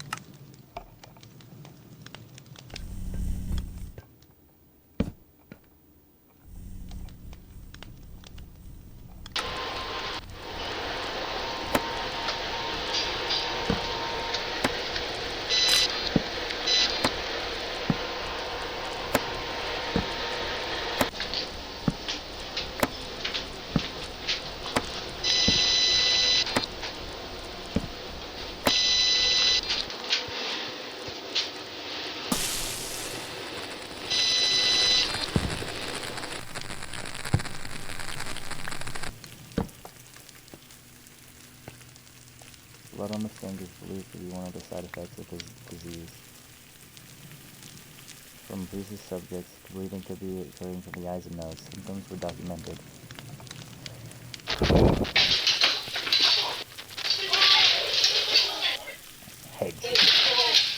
Headshot.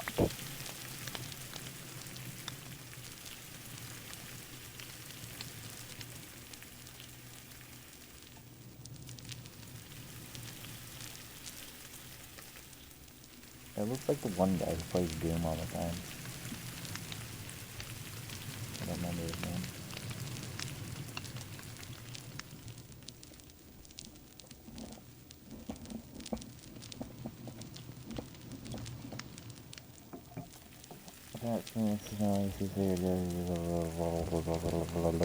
Yep.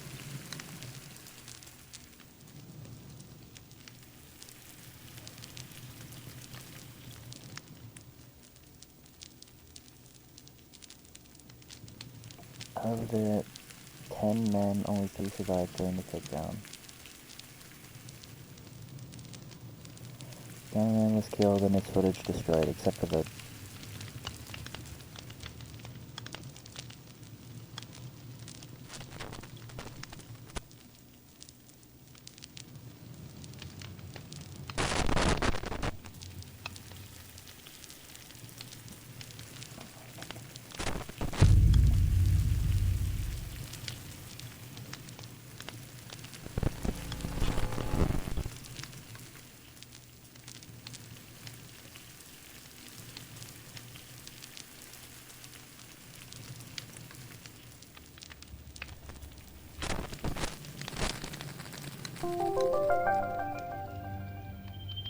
That was short.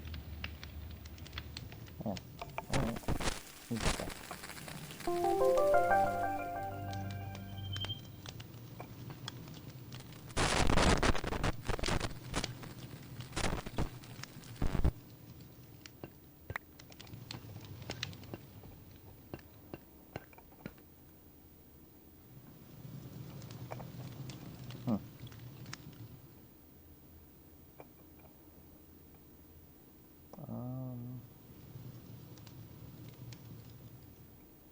Episode 8, I suppose.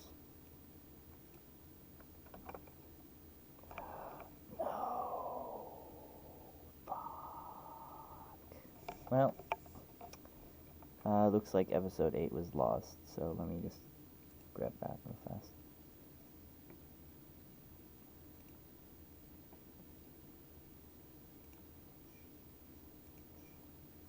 YouTube.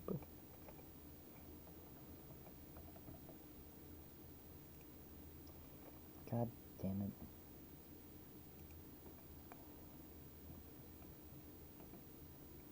YouTube.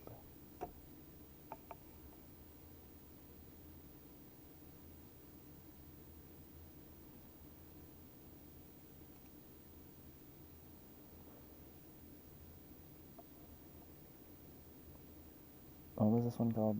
Woodlands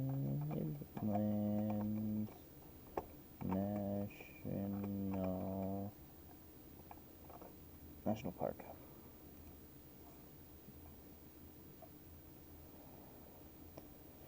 Playlist. What one were we looking for? Episode 8.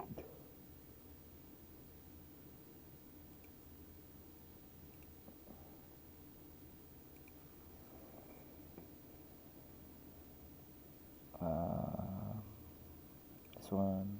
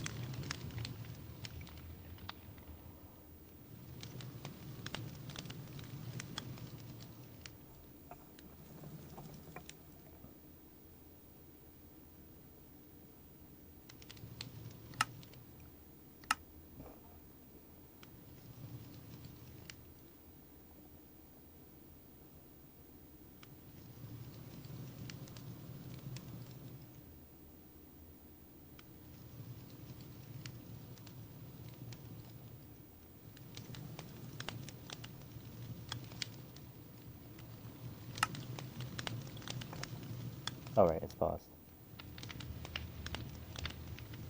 It's paused. Pause.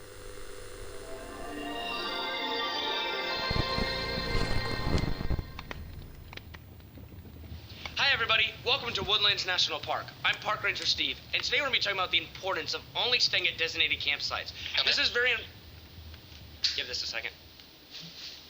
Yeah, Alex, what's up? I'm down at Ranger Station 4. I got a camper who just came up here covered in blood, and he said he and his 3 friends were attacked by what sounds like a walker. This happened last night, but he just made it up here. He's covered in blood. You need to get down here ASAP. All right, I'm on the way, All right, we gotta go. This seems interesting. Let me get extremely close so I can see it very well. I've got 2 Rangers from Station 7 taking this way. We need to shoot this way. We'll kind of make a cone and funnel it. Is this general vicinity? It's this general vicinity, All right, let's go. yes. I don't think it's much farther. From where this camper said he...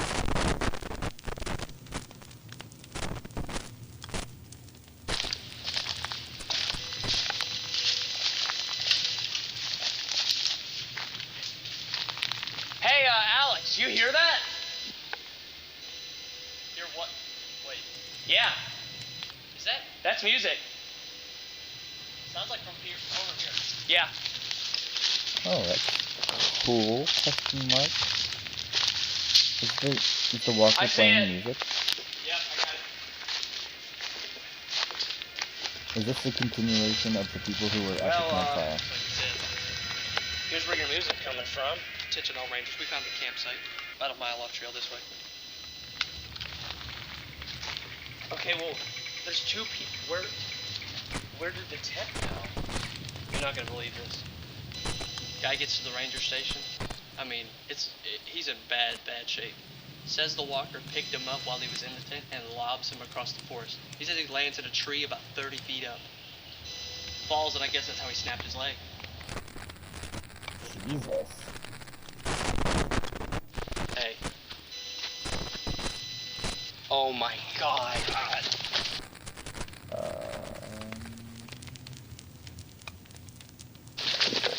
Oh my god, Alex Culbertson. Attention all rangers, we have human remains at my location. Send disposal units. Do a final sweep of the trail as well. We don't need anybody stumbling across any more remains that might be close. Alright, let's try this up and find any other remains that might be around here. Oh my god, Alex. Jesus Christ, it ripped him to shreds. Nothing but pieces left. Oh my god. They better get here quick. They need to clean this up. This is bad.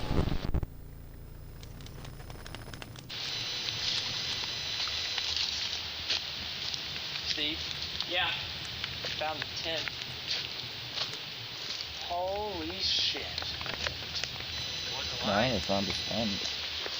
That's gotta be at least 30 feet.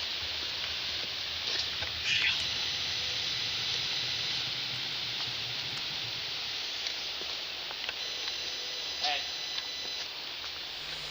That's a camera. No way.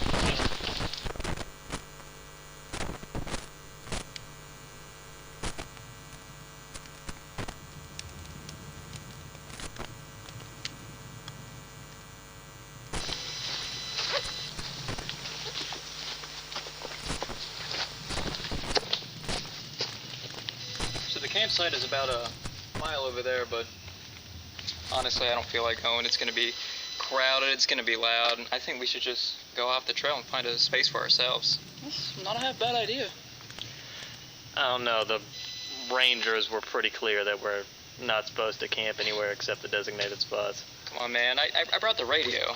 Yeah, man, we can listen to some tunes. Besides, it's like a mile away. We can get help. Fine, I don't really feel like hiking another mile anyway. Come on, let's go.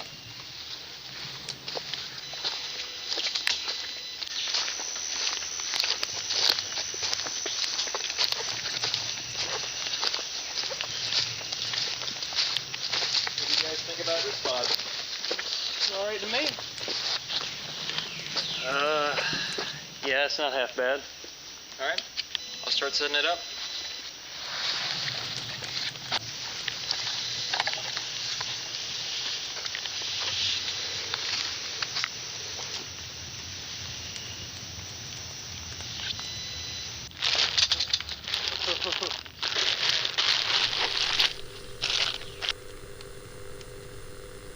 You know what, this isn't half bad. I told you. Got ourselves a nice little cozy spot for us. We passed a nice diner on the way up here. Do you want to meet the others for breakfast tomorrow? Wait, so this isn't a continuation of the other Yeah, campfire I'm cool with that. with the cameras. Never mind, yes it is. I think we're in the It middle so of the woods. absolutely is.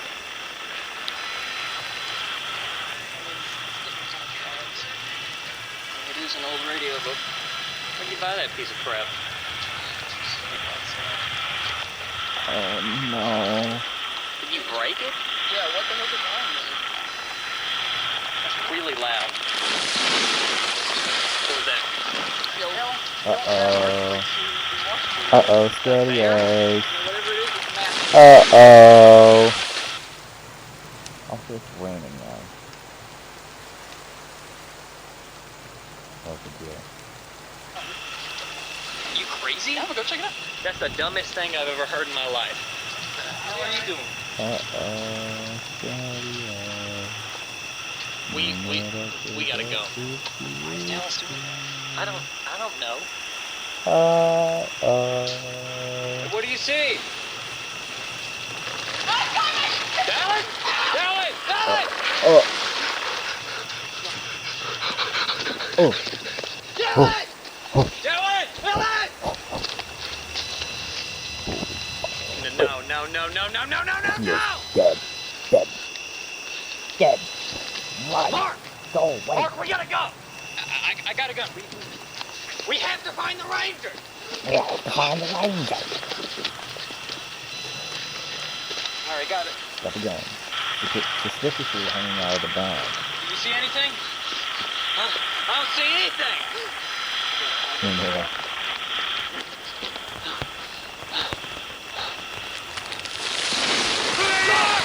Mark! Where are you? Mark! Answer me! Hey, what's happening? He's running all along. No. More No, no, blood. no. Ah! He saw something? Heard something?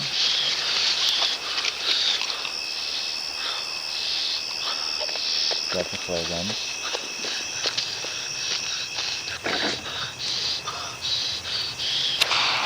Shoots the flare gun. Screams. Gets back into his tent. Okay. Apparently, they're following Cameron again. He gets the clothes without the bugs and you know. Honestly, if you're, whatever restriction you have enough force to like your buddy all the way down to his arm, like split his arm, what makes you think it's gonna stop something with him? What do you think? What makes you think from now on it's gonna stop him?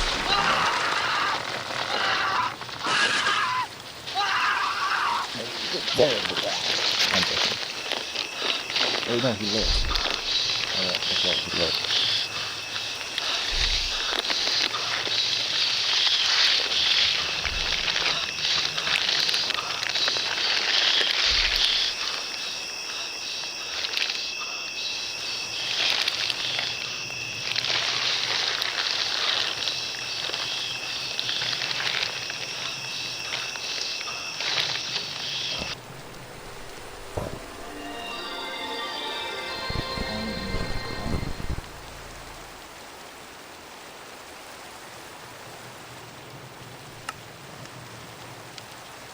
Oh, I'm not even kidding.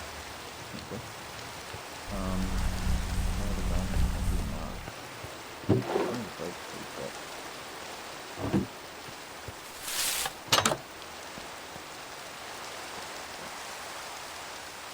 I'm just gonna do a little lap. Put it on my nose, you know. Take off the diamond. That's what I'm gonna do with the diamond. Do a quick lap around. I think that's it. Although I could set the camera up to do that, but it's not as fun as setting the lights, you know. Eventually do that. Oh, shit. Yep.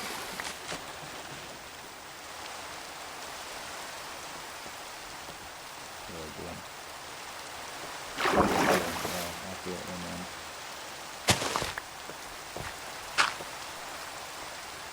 Still looking my butt.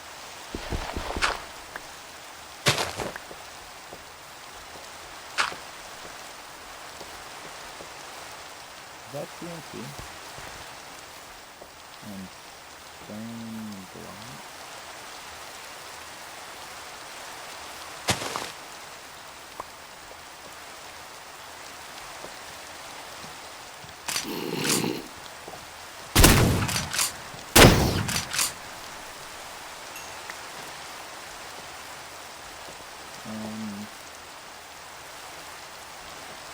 Just a little bit more exploring and then I'm going back to Needles.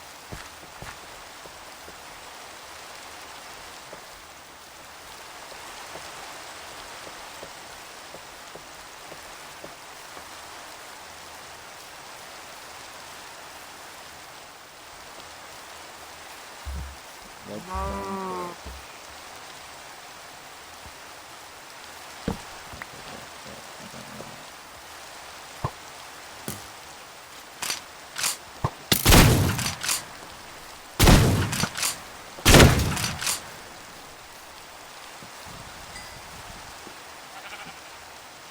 the heck? What are you doing?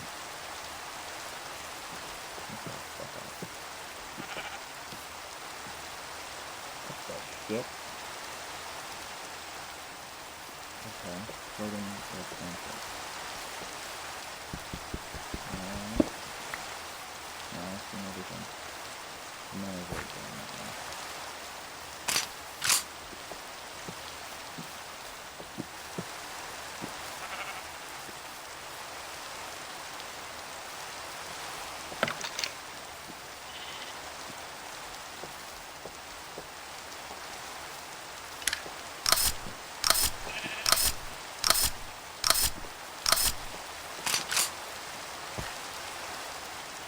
The person I had watching these videos with me a while ago has left a while ago, I should say. And I don't know if they're back yet. Like now, they're talking to myself fucking crazy. Mainly because I don't know what the videos anymore. I need to shit. Did you?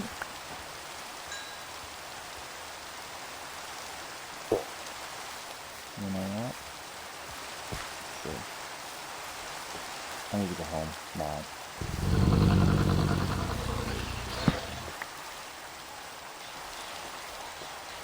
Wonderful.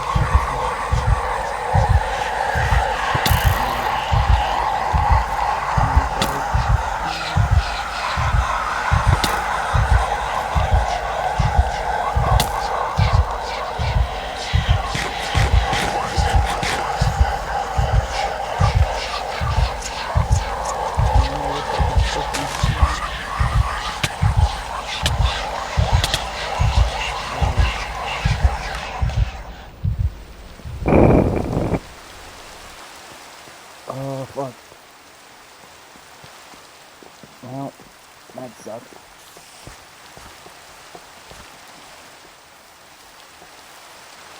Oh, fuck Christ. Yeah, shit. God damn it. But it's something I used to have.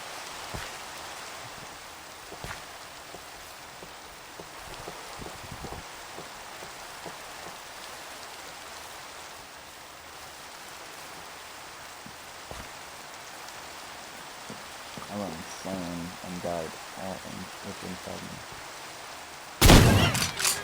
Where's my house? Keep going.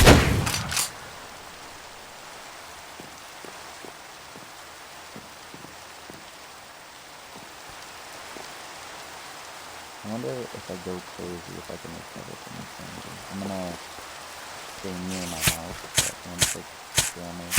I don't know. Go my crazy place all the way down.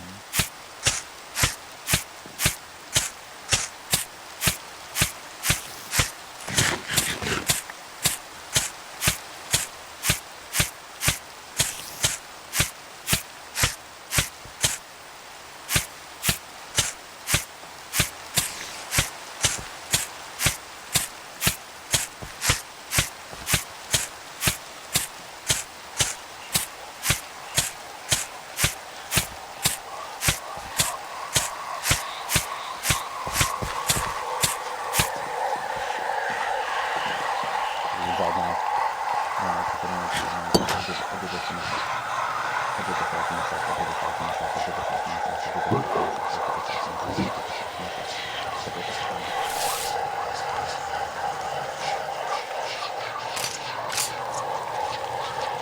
Never, no one, never, nuh-uh.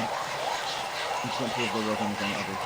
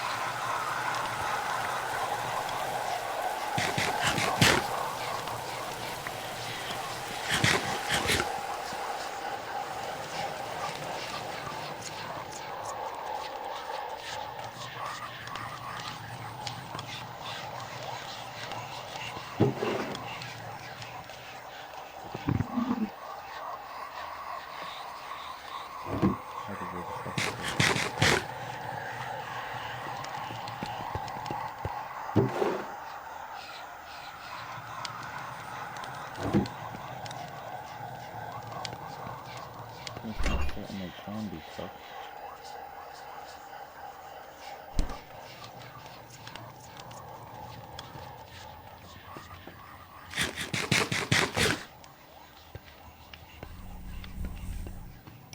Okay, yeah, I think it's time to go back to the video.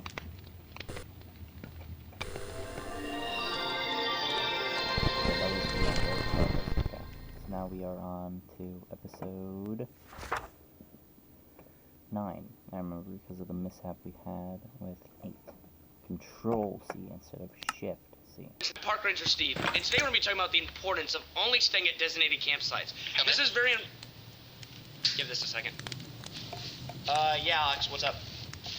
I'm down at Ranger Station 4. I got a camper who just came up here covered in blood, and he said he and his 3 friends were attacked by what sounds like a walker. This happened last night, but he just...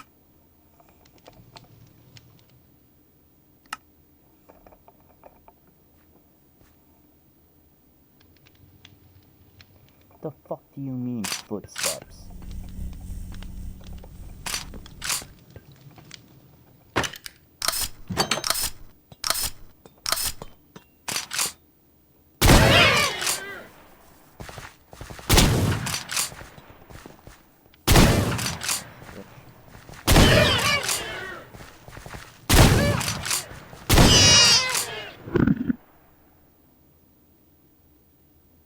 Did I just hear...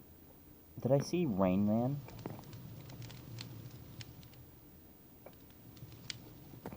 Who the fuck is the Rain Man?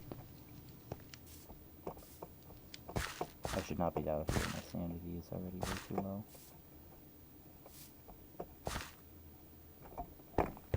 Get back in here. Fuck you.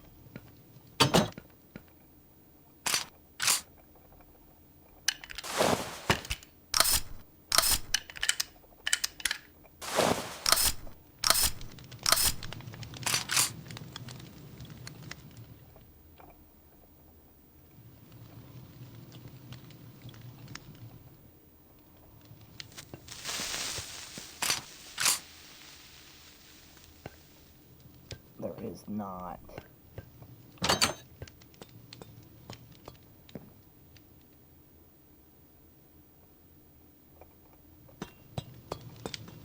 The fuck?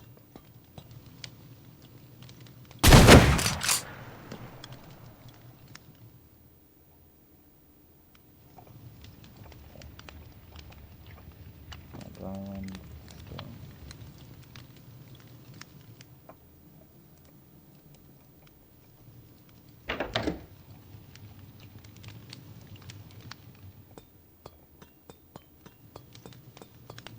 That was clearly a door opening noise. My door is already open, so... It must be because I'm going insane. I'm gonna redecorate my furniture before I move on to the next episode because my sanity in-game and in real life are currently reflective of each other.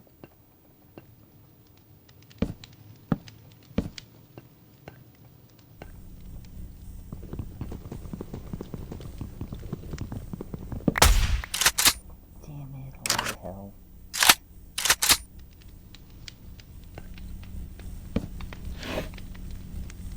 I'm almost out of bullets over you.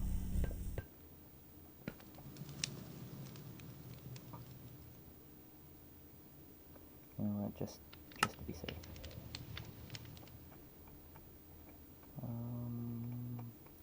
Deer, more deer, claymore, deer.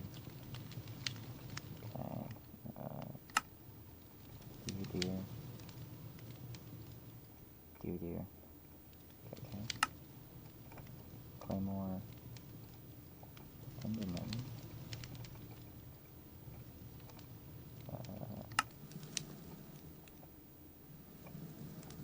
Deer.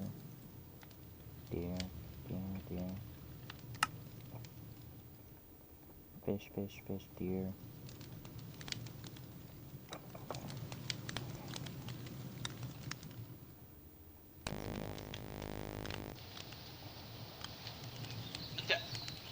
I'm glad we got to it before anybody else did. We gotta get rid of this thing. Yeah. Can't let anyone see it. Oh, that must be the video that we just watched. Alright, so the rangers at the top of the hill have already closed off the trails, and we've set a 500-yard perimeter. Alright, what we're gonna do, we're gonna go through section by section, comb it out. We're looking for any human remains, any drop material, any tents, any fire pits, anything like that. We gotta make it look like nobody was ever here.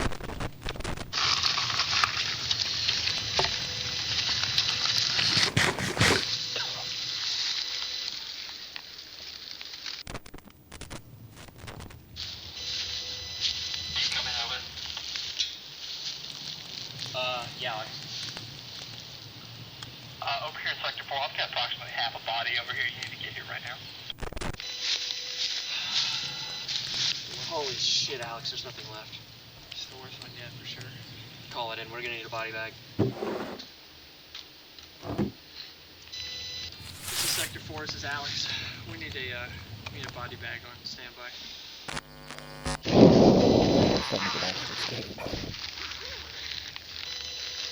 And I decided to start with what I believe to be the tame ones. Or at least what looked like they were tame. And also with help from a ranking website. And by ranking website, I mean a website that was ranking the top 10 animal players.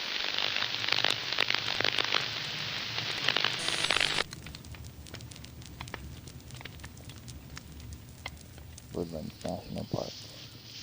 Nope. Yes, Steve, come in. We got a bad situation over at the medical bay. We got a victim with head trauma. We really need your help ASAP. We gotta go. Hey, you guys finish this up? James, stay here and document this.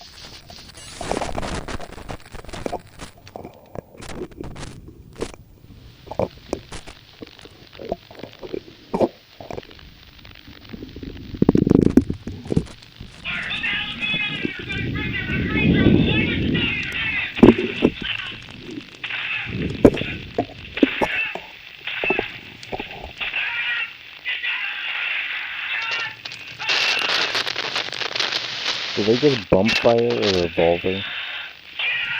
Or not bump fire, I mean, I guess if it was double action, then that makes sense. How the fuck did they get a revolver?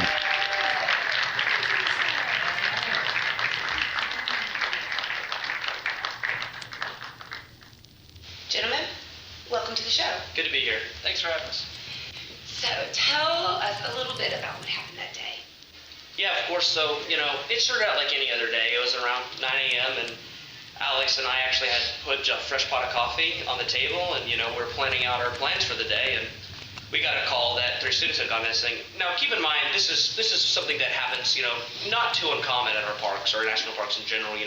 Someone wanders off trail or they get lost, and we send out a search team and we find them, and everything is usually fine. So, standard protocol is we send out a search party, and we've been doing this for a long time, and I've never seen anything like this.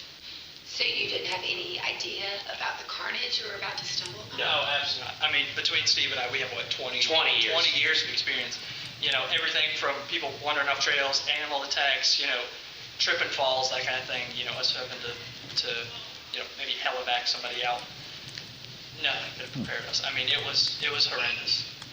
No, I mean, it was a bloodbath. And when we got to the campsite, I mean, the fact that another human being could do this to someone, let alone your own friends and classmates, was just unbearable to see. I mean, body parts. I mean, one of these students was dismembered, and we actually found a whole arm on 30 feet from the campsite. There is a student that we're still searching for currently, and there was a trail of blood, but it has gone cold, and we're doing everything we can. I mean, we have canines, we have people, and they've been out for 24 hours. The past 3 days in a week, just searching it. I can only hope that we can find and bring him back to his family. So Alex, how did the killer end up in your custody? Well, he actually showed up earlier that day. At the time we had no idea that, the horrors he had, committed. He was, beaten, bloody, bruised, battered, lacerations, broken bones, probably severely concussed as well. In hindsight, that's probably from the fight that, his fellow students put up. They certainly didn't go in without a fight. He was, barely crawling when he got to us, in and out of consciousness. We had no idea what had happened. We got him immediately to our Rangers first aid station, started giving him fluids and first aid. The plan was to get him to the diabetic medical facility later, standard protocol. as soon as, we could get him stabilized. Once he started coming to, that's kind of when the encounter started. Okay. Well, of course, we have to talk about the heroic fight you had with the killer, Steve.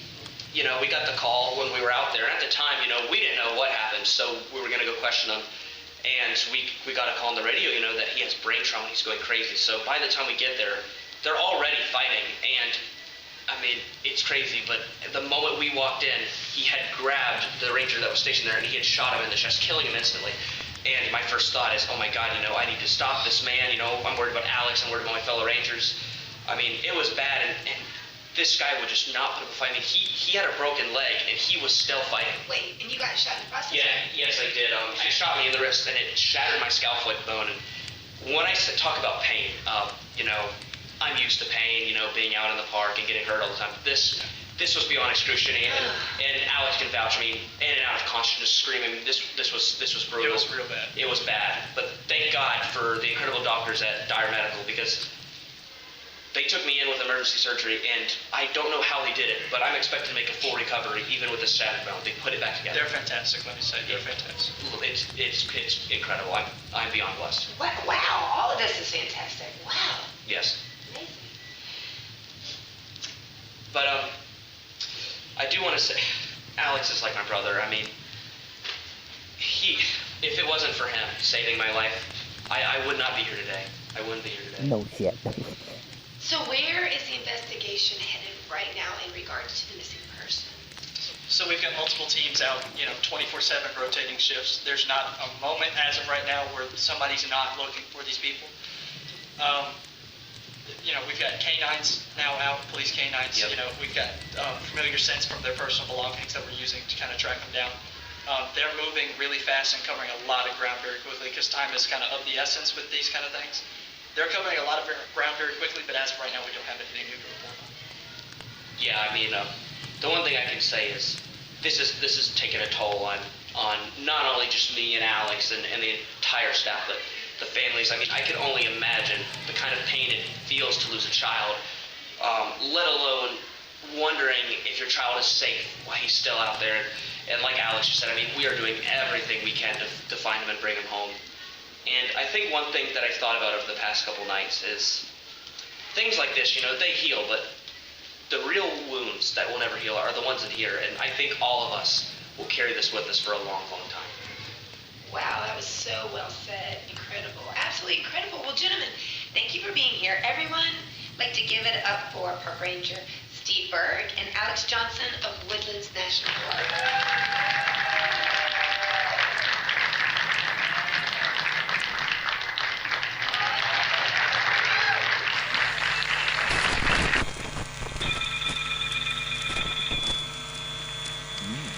Hello? Hey, it's Alex. Did I wake you up? No, I can't sleep. Beef. It's really been weighing on me. I don't know how much more of this I can take. Yeah, man, this was really bad. I mean, we've covered up these things before, but it was never this involved. I mean, for Christ's sake, they put us on TV. That's never happened. I haven't felt this guilty about one in a long time. Yeah, and the worst part was we lied about all of it. I mean, we painted this poor guy to be a monster when we knew he was the victim. I just don't know how I'm supposed to move past this. And I killed an innocent man. No, Alex, you didn't. You had to do that. We were genuinely trying to help him, and I mean, none of us could have ever imagined that we've taken Rick's gun. Yeah, I guess you're right. I just can't keep doing this. But I know we can't leave. We've been in too deep for years now. No, Alex. You know they'll kill us. So is this our lives until we make it to retirement? Hell, if we make it to retirement. Maybe not. What do you mean? I can't talk about it over the phone. He might be listening. Meet me an hour. You know where to go.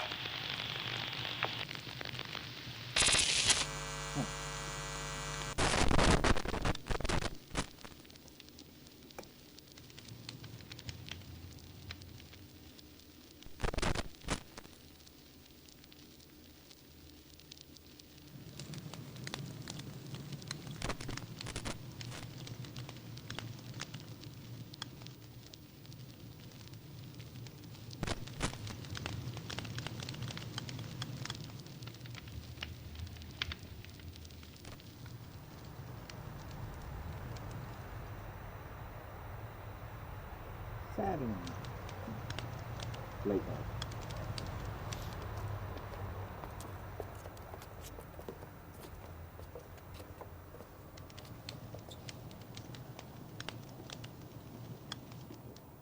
Red versus blue. You feel Still any better? Woodlands National Park. We just on the last episode. Not at all. What about you? Alex, I haven't felt okay in probably 10 years. Oh, so welcome back. The only I'm difference now eating is that my Oreos. wrist just hurts. So, what can you tell me about over the phone? I'm sorry, Alex. I should have told you sooner. I really should have. I've had this for over a year.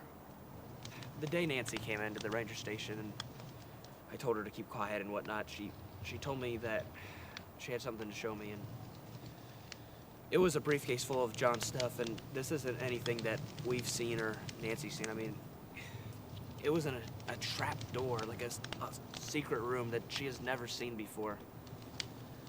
And when I saw it, at first, Hello. I thought it was my job to I see shelter there's you, another and, person. I didn't want you to Hello. worry about it. And I've spent a year looking through it, and I can't decipher the codes. But there's cave paintings in here, pictures, and Alex, I think I know what it means, but maybe I don't. Maybe I'm going crazy. Maybe I'm overthinking it. But I'm sorry, because this has been eating me up, and it's not my job to shelter you. So I want to take a look at these, and particularly in order, if you can.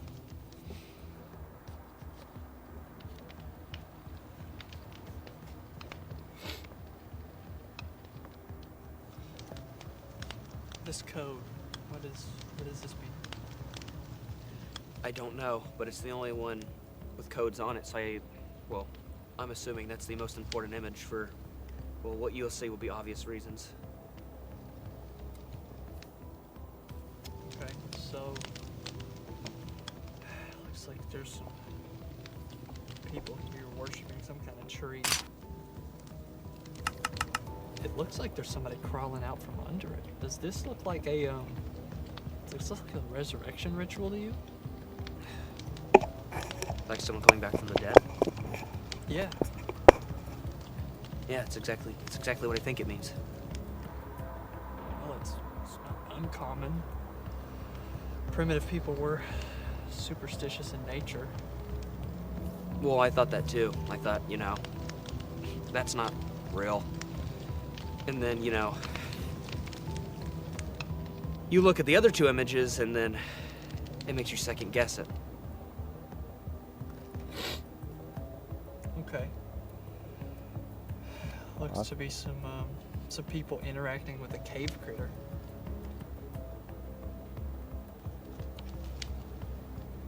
But the big thing is it doesn't look hostile. Yeah. It's not attacking. It looks like this is a stretch, but I mean, it looks like they're almost trading things back and forth. Yeah, the two people are holding things. You know, they could be trading. Very odd. But that doesn't make sense. Yeah. But the next one really doesn't.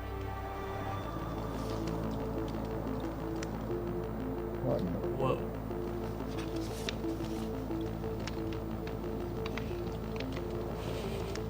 Yeah. How did they see it? How is it not on fire? The only way they could have seen it Was in the day. Was during the day. And the last time we saw one during the day, it burned up within minutes of the sun coming up. Exactly. So that means at one point they could walk around in the sun without burning up. On top of that, what is it doing? It's lifting blocks. There's two people that look to be helping. Which means at one point the walkers they weren't hostile. Everything we know everything we know now is wrong. It doesn't make any sense. I mean, they're building stuff. That means they're intelligent. And call me crazy, but those blocks look like pyramids to me. Oh my god. Really?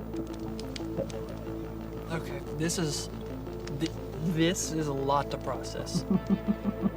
But what does it have to do with the tree? Well, at first, you know, you see that image, like people coming back from the dead. That's impossible. But what leads me to believe that it is real is because these are real. These are real. We know they're real. So what leads me to believe that that's not? And we just don't know about it yet. I guess we've seen crazier things. It's not that big of a stretch, I guess. Well, think about it.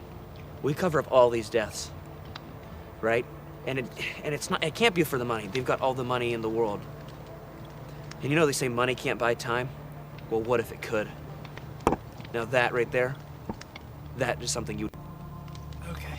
All right, so Did we just the skip a theory couple seconds? is that there's a tree which holds the key to immortality. And this tree is in the park. And the reason that the park stays open is to protect it. I think so. If you think about it. In the early 1900s, right, it became a national park. Now, during the early 1900s, what was happening? Infrastructure. Everyone was... Did you hear that?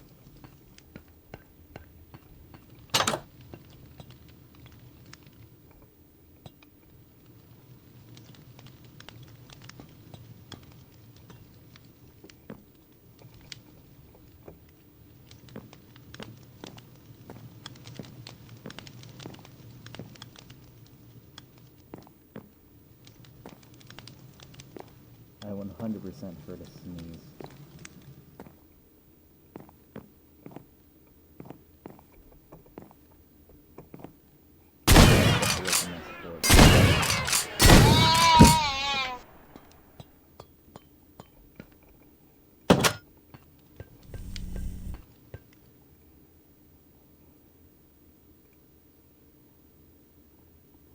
building everything. If it wasn't for this national park, this would be a neighborhood.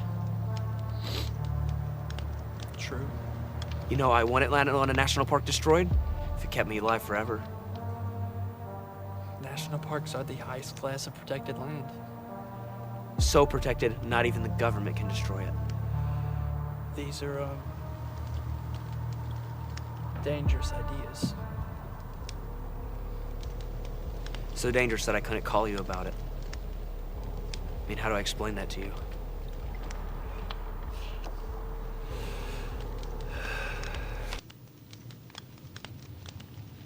What's the plan? Keep quiet for now. We'll keep researching. I feel like I'm getting closer to breaking that code, and when I do, I think I'll tell us more than we should know. And this shot ends with them both getting shot in the head. I'm joking. Alright. So that was Woodlands National Park. Now we are on to Monument Mythos.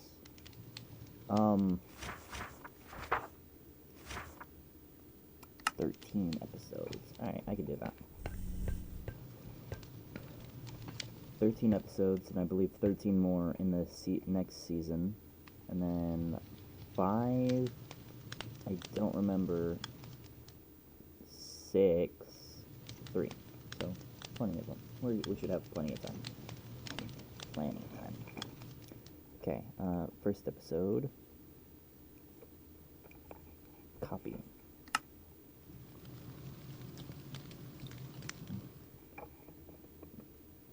How you liking the stream so far? Is it enjoyable?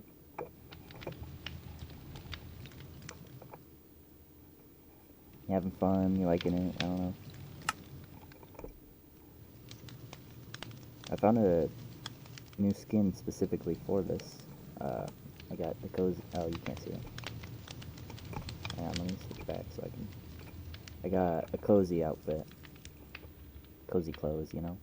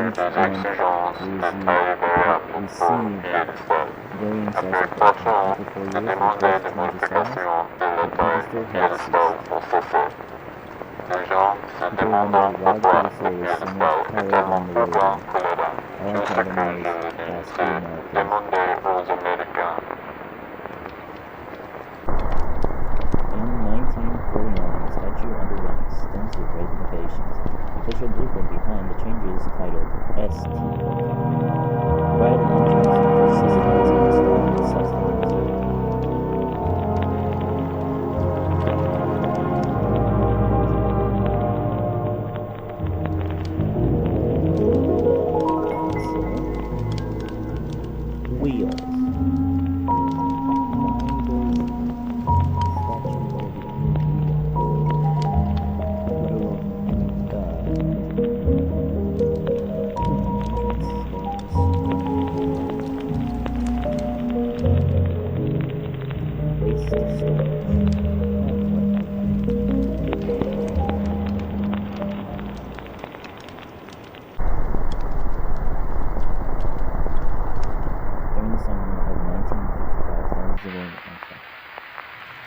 Island era Land was orribile. awful. The whole place L'intero was posto just puzzava like di a carne, slaughterhouse. come un mattatoio. C'erano anche uccelli There were morti dead birds ovunque everywhere. e My mia sister sorella even ne found trovò one in the persino uno toilet. nel gabinetto.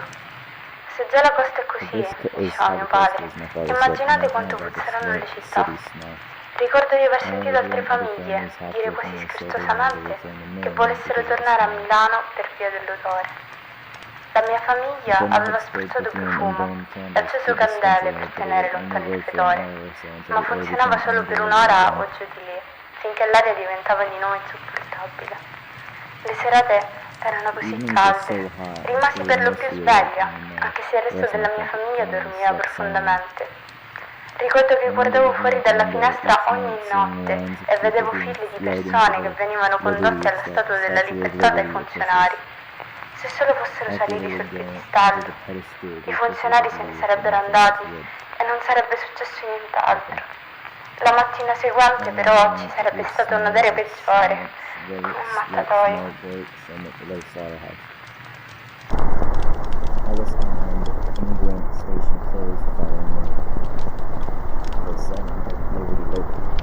August.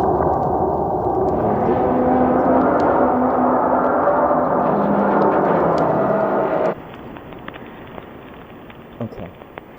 You know.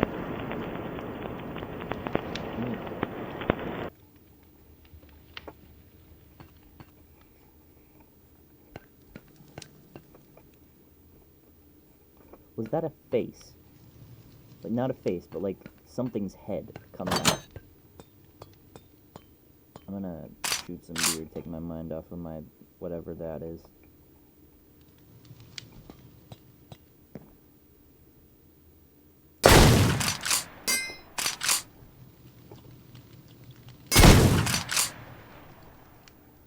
I'm out of bullets.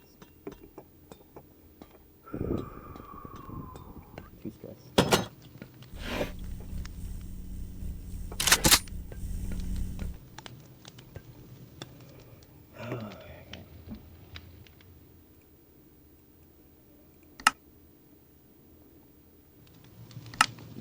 Mail. To. Me. Subject. Hi. Send.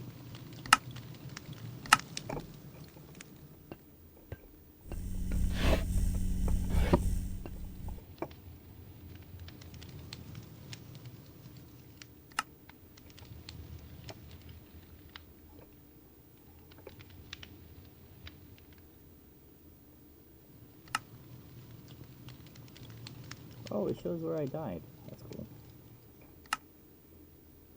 Unfortunately, that's not what I wanted. I wanted to set the location of this. So when I open it again, it'll be looking down. Oh, that didn't work. Yeah, no. Well, I tried. Anywho.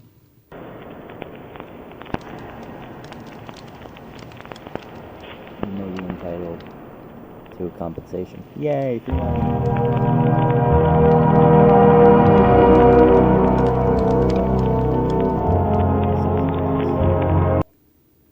Alright, episode 2. I probably pronounced his name wrong, or her.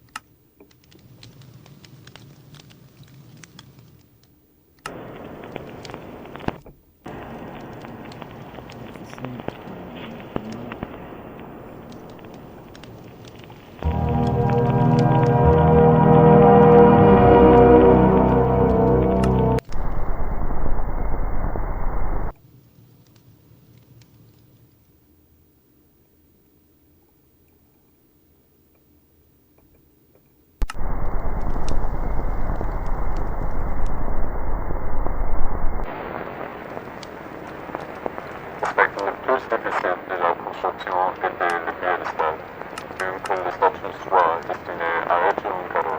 L'ambassadeur des États-Unis nous a exhortés à suivre les démons du président Trump. And it didn't give me my TV back. Of course not.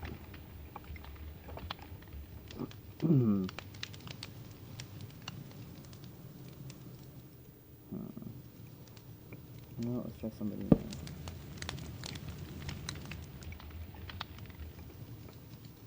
Just to test it.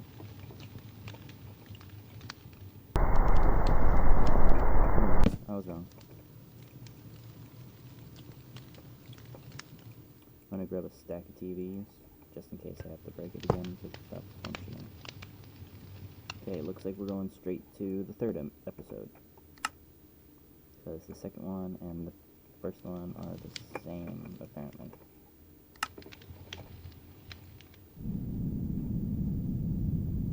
Hello, Evie. Evie, damn it. I did it again, I'm sorry.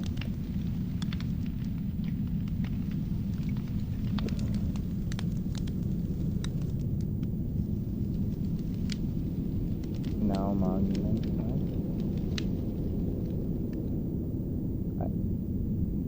Yay! I'm watching too. Blood of the Liberty will be avenged. Strange. The souls of Lincoln will be freed. Uh-oh. Sounds like people are angry about monuments. Currently we're on Monument Mythos. You missed out on Local 58 and Woodlands National Park.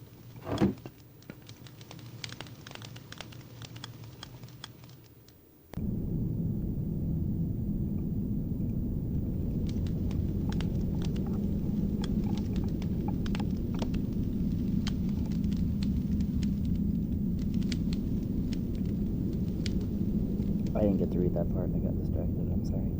Due to security concerns, the National Park Service assigns patrols for night 7 nights. Jesus. Patrols were told banned. It's called Monday.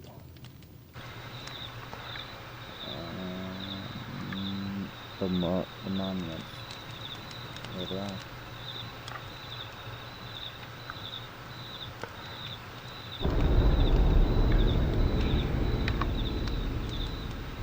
Looking at his bald ass head. Nice. Who's dead?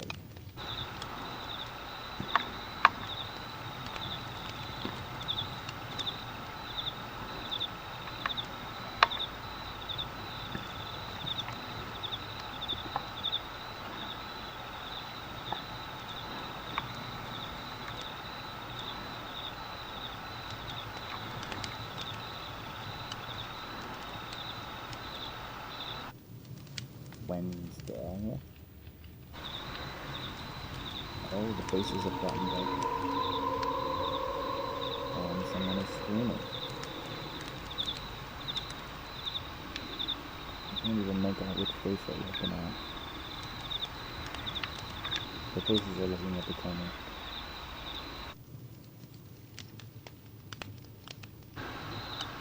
No, they aren't. A rock.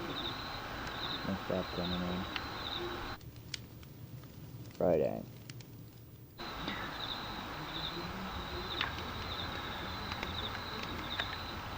Hey, you can make up the faces.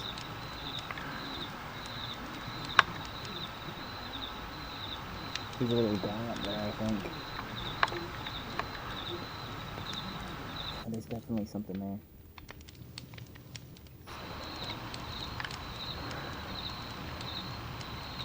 Remove one's got this dumbass. This stupid son. There's somebody screaming again too.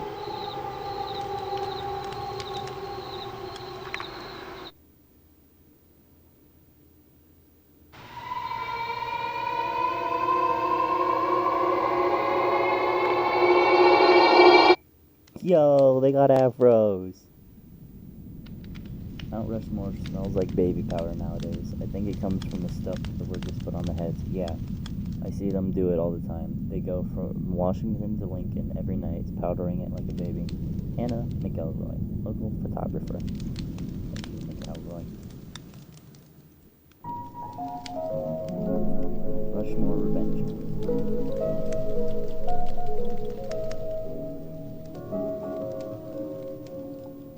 Pause. Back to the beginning. Okay, time for the fourth disc. Copy.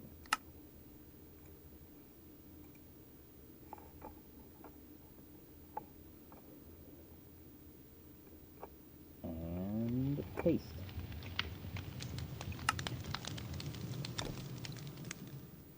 Buffer everything. Oh yeah, unpause.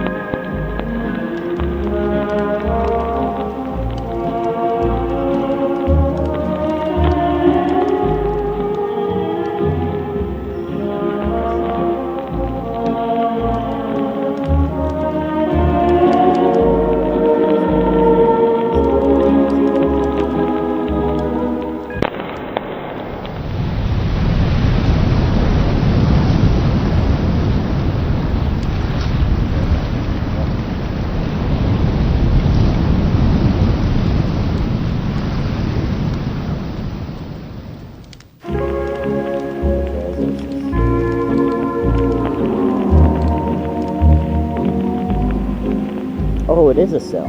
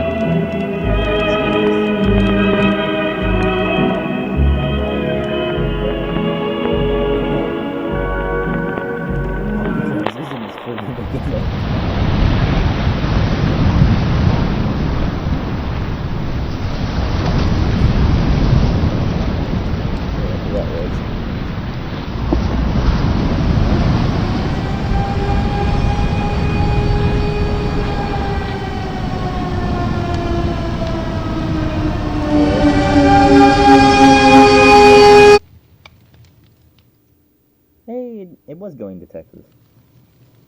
Also, what the fuck? Just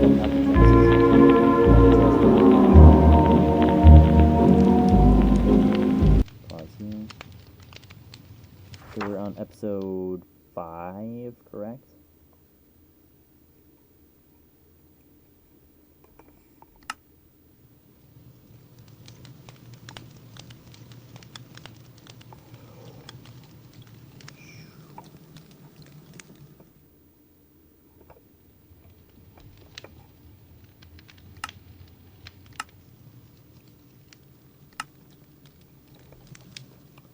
Before we move on to the next episode, I am going to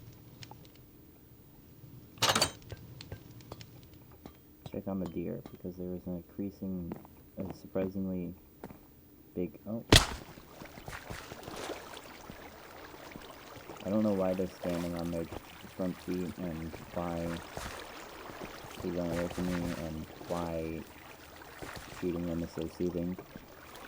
But it is, they are, and I forgot what the third question or ask was. But there is like an amazingly big number of them around here.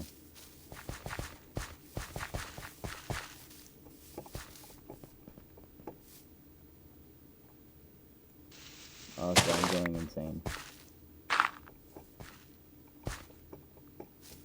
Last time that happened, I had I died right here. Because I couldn't see anything. When you go crazy, did you know when you go crazy, you lose the ability to see colors and everything becomes monochrome? Yeah, me neither.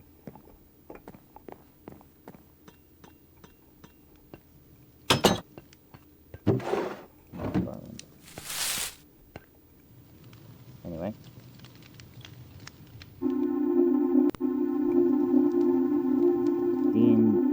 Democracy. Look back at the president, 37th president. During a program of ABC Evening News, anchor Peter Jennings told viewers to look forward to next week for a special broadcast of national significance. Jennings would continue to remind viewers of the special broadcast. I'll be right back. I'm gonna grab a drink. I'm thirsty.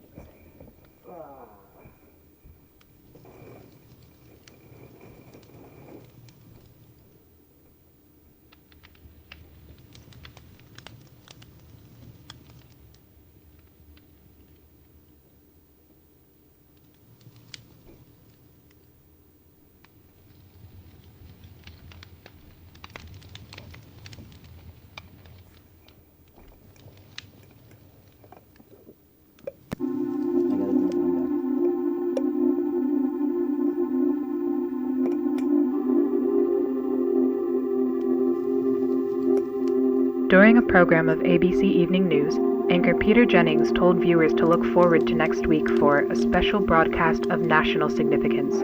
Jennings would continue to remind viewers of the special broadcast over the next 7 nights, even referring to it at one point as the most unprecedented announcement in recent history. A week after its first mention, Jennings reminded viewers of the special broadcast one last time, asking them to pay attention later that night for an exclusive look at the greatest gift to the American people. Due to the anticipation built over the week, over 60 million Americans tuned into ABC, waiting for the evening news to end and for the special broadcast to begin. There were countless theories as to what would occur, from the announcement of alien life to the declaration of an all-out nuclear war. Speculation was brewing intensely. Once the evening news program ended, a black screen with a 10-second countdown commenced with the title Dean Democracy. Some viewers, so terrified of the threat of nuclear war, reportedly experienced nervous breakdowns and ran down the street, declaring that Dean Democracy was the code name for an all-out nuclear holocaust.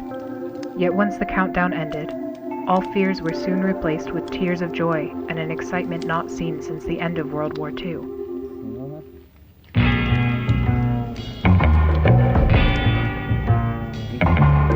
What are we waiting for? Let's bring them back home. In the seconds following James Dean's presidential announcement, hundreds of thousands of neighborhoods erupted into celebration. Although other candidates had promised to end the Vietnam War, none had so accurately expressed the same anger that they had felt, which Dean had perfectly conveyed in a 15-second broadcast.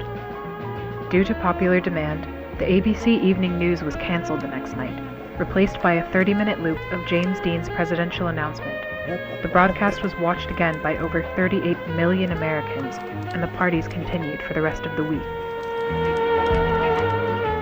That's crazy shit, man. Due to repeated assassination attempts on Robert Kennedy, the Democratic Party presidential debates were canceled for the 1968 election season. However, this proved to be no issue for Dean, as polls indicated that he was in the lead for the entirety of 1967 and 1968, despite having had fewer public appearances and rallies than any other candidate. The strength of his campaign relied on the powerful advertisements he directed that would air every Friday evening on ABC. The series of programs would be considered by many as another weekly TV series, and went on to become the highest-rated TV show on television after the conclusion of Star Trek in 1967. Although a presidential debate was eventually scheduled 2 weeks before the election, James Dean instead invited opponent Richard Nixon to a track to race cars on the same night. Although reluctant at first, Nixon eventually agreed and went to spend the entire day with Dean, reportedly even telling the actor, "To hell with it, I'm voting for you. You're already a better president than I'll ever be." This statement, although only a rumor, would spread like wildfire in tabloids and permanently curbed Nixon's chance for victory. On the morning of November 1st, 1968, 4 days before Election Day, anti-Dean groups hijacked radio channels and told civilians they were fed up with James Dean and that television was ruining American youth. After the broadcast, the groups went on to cut hundreds of power lines in the southeast, effectively preventing any of Dean's presidential ads from reaching any household below Tennessee. Dean quickly heard of the incident and, despite the risk of an assassination, flew down to the south and quickly went to work with local electricians to repair the broken power lines. James Dean would be met with a supportive crowd, primarily younger voters who were eager to see a younger face back in the White House. Elderly white conservatives, often the parents of the younger supporters, remained in their houses and occasionally peered through their window blinds to catch a glimpse of the handsome candidate. Although it wasn't known to Dean at the time, hate groups in the South had perpetuated the idea that he was Satan in disguise, and cited his good looks and his love for jazz as being clear signs of the devil.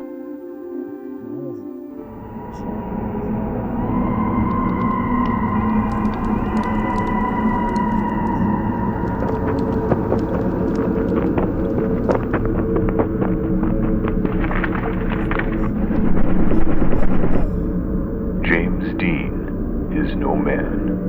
Oh, yeah.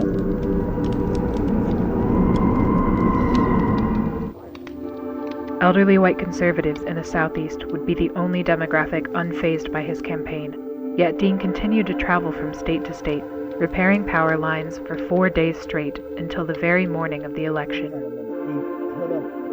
On November 5th, 1968, James Dean received 75% of the popular vote with 395 electoral votes. Nixon congratulated Dean in a phone call the following morning, but Dean refused to acknowledge the win and instead asked to race cars again at the track.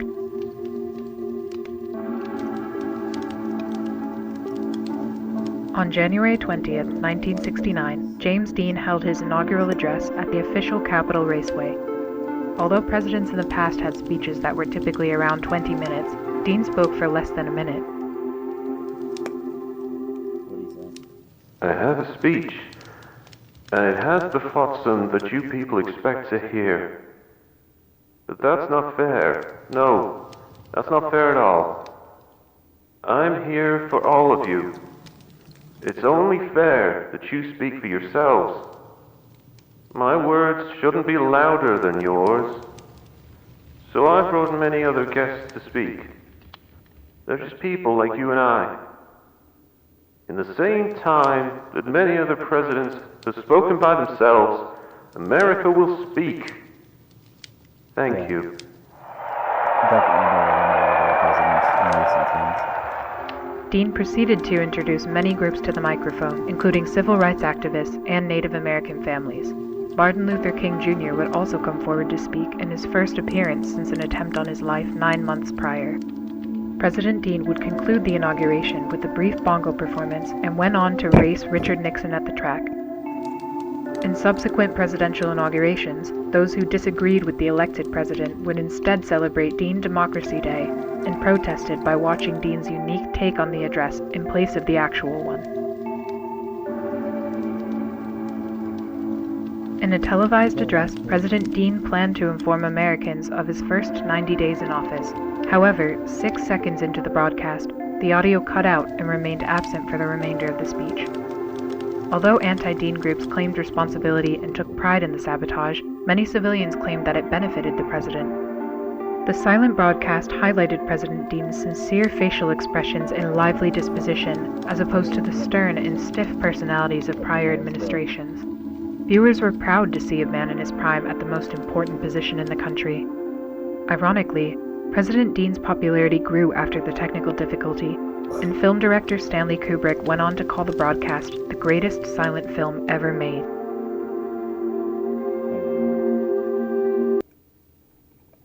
I gotta check something, because that name seems familiar.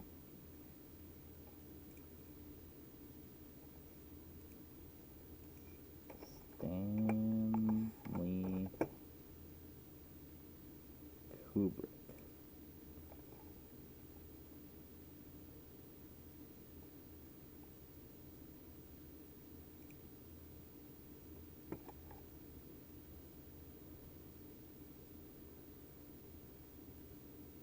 Huh. Widely considered one of the greatest filmmakers of all time. What did he make? Oh, yeah. I agree. This makes sense. He probably was the best. Back to this. It restarted. Well, I say that. It's a good sign that we go on to the next episode. So, 8, right? Let's go on the 9 then. Hey, it says duel right there.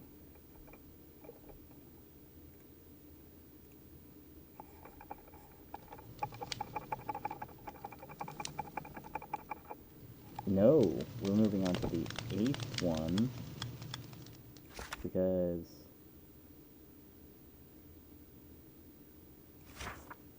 Wait a minute. Shit, wait, what one were we on? You know that fun fact, arson is cheaper than therapy is true. Unless you get caught.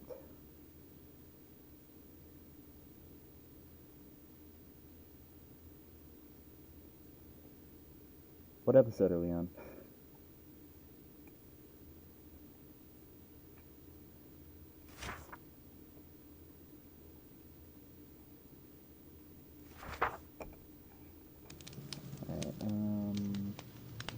ULC.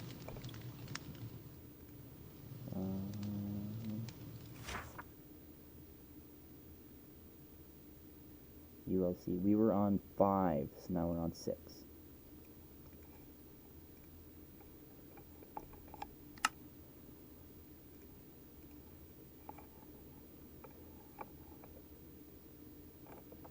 That one is very true. Puppy kisses are 100% cheaper than therapy.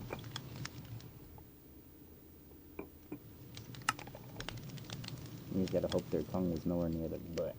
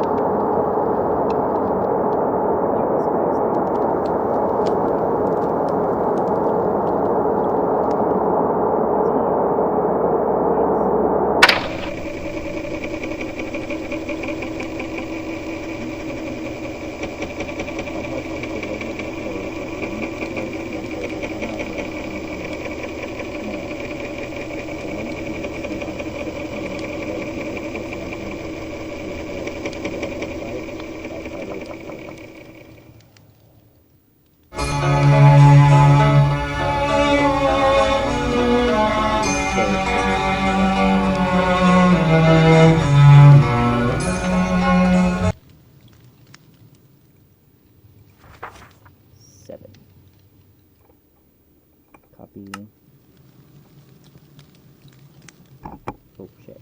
Ah, fuck.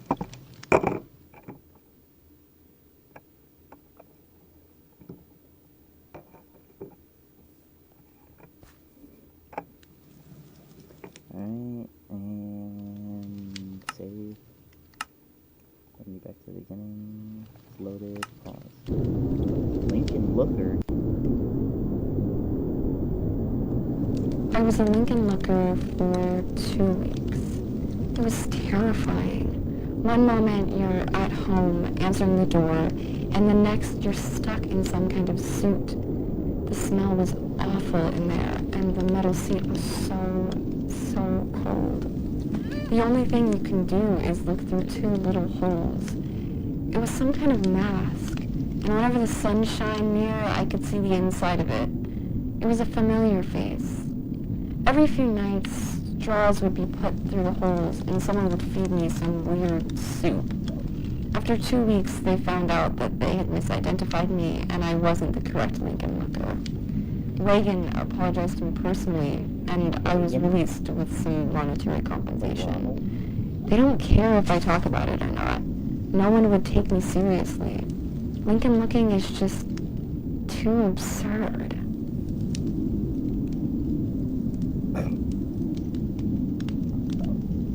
Oh.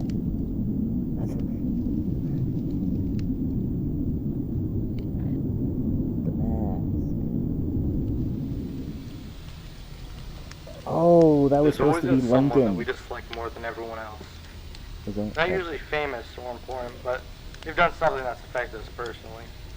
Often you're the only person who remembers this act. It may not have been that bad, but memory hurts. Everyone experiences this, and the president is no exception. Except he can do something about it. Every president can choose one person to be a Lincoln Looker. After the alibi is fabricated, the person is abducted from their home, and they stay a Lincoln Looker for as long as the president sits in office. Nobody can question his decision, and there's no trial. You might be surprised, but it's nothing new. It's been a tradition. Lincoln Lookers have been around for a very long time. That's why Dean was hypnotizing people to let him in. Somebody else had to be a Lincoln Looker.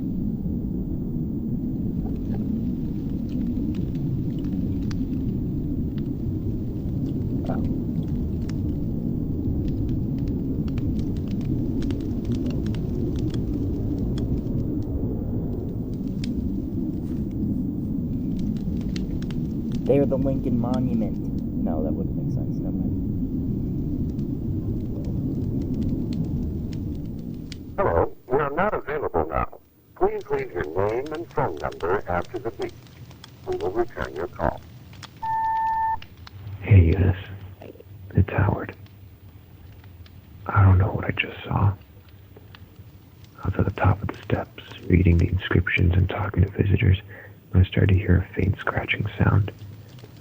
I didn't think much of it at first, but when I got close to the chair, I realized that the scratching was coming from inside the marble. They are inside of the Lincoln Monument. I went to the guard and asked Monument. whether she could do anything about animals that could be trapped in there. She told me not to worry about it, and that they'd take care of it once there were fewer visitors. A few minutes passed, and the scratching became much louder. I went back to the guard and asked what kind of animals usually got stuck in there, and she said, wild animals. The sound started to make visitors anxious. I remember one boy pulling so hard at his mother's hand, begging to leave. A blind girl with one of those canes went up to the chair and pressed her head against it to listen. Then she started crying. Oh. Her parents tried to pull her away, but she just began to hit the chair with her cane. That's when the guards asked everyone to go back down the steps. I don't know why, and it's gonna sound crazy, but I felt compelled to help. So I went to the blind girl and joined her in hitting the marble. The guards tried to pin us down, but the scratching became too loud for even them. It sounded like someone was shaving down a chalkboard. Eventually the marble began to crack, and a few more hits caused the crevice to expand all the way to the top of the chair. There was a sudden burst of air from the damage, and the head suddenly turned toward us. I was afraid it would fall, so I picked the girl up and went down a few steps. The head slowly rotated back into place, and when it started to be pushed upwards, I took out my camera. It was no wild animal.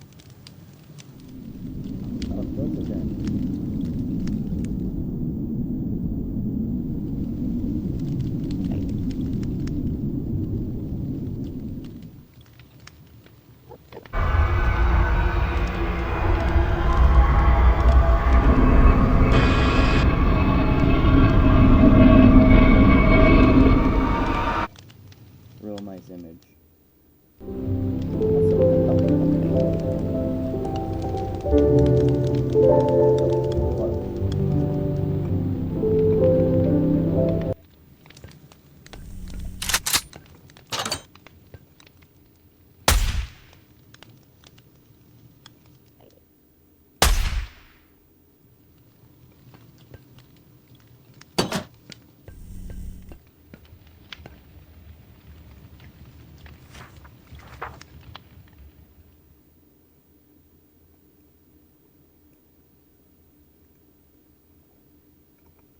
I don't even know what to say.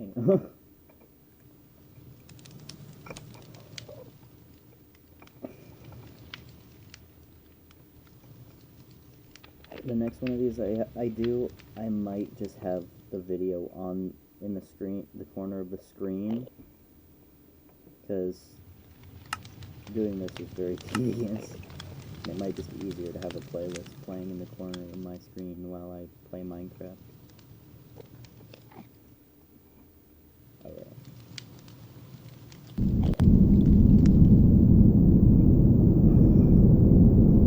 The forest fell swiftly as the lumberjack swung, except for the special tree, which could not be stung. She missed her friends and the hymns they sung, so she started a tune that broke the man's lung.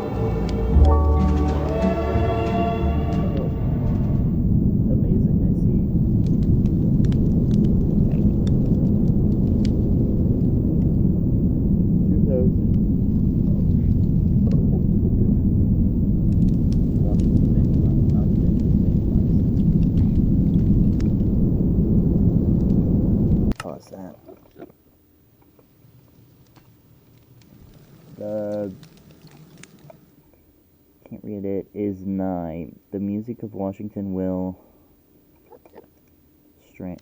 Oh, the infection is nigh. The music of Washington will end. Cool.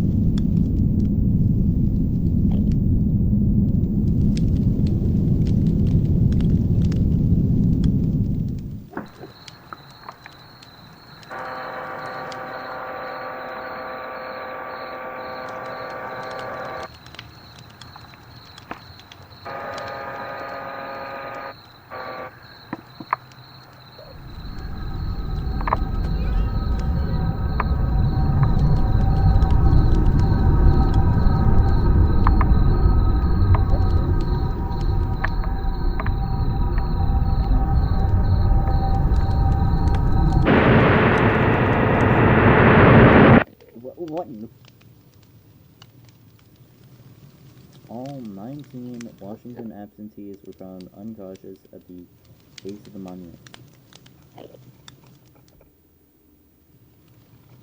They're just going to gloss over the fact that the Washington Monument, folded in half,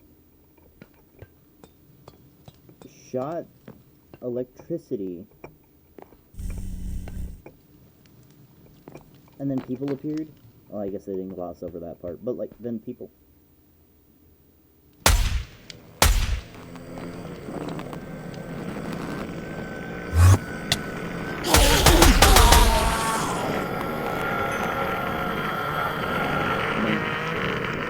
The transmission came back. Is this... It's not just me that thinks that's a little bit strange, right? It's a little bit weird, a little crazy, little willy silly.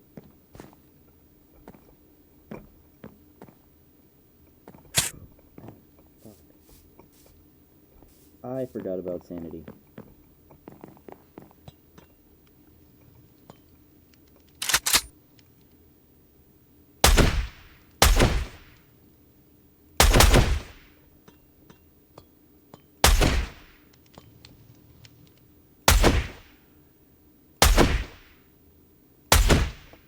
Only deer allowed. I really shouldn't waste all my ammo in case I have a fucking heart attack or some shit.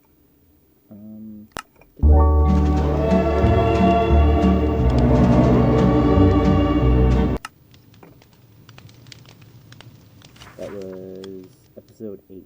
I remember it because it had the word duel in it. Copy.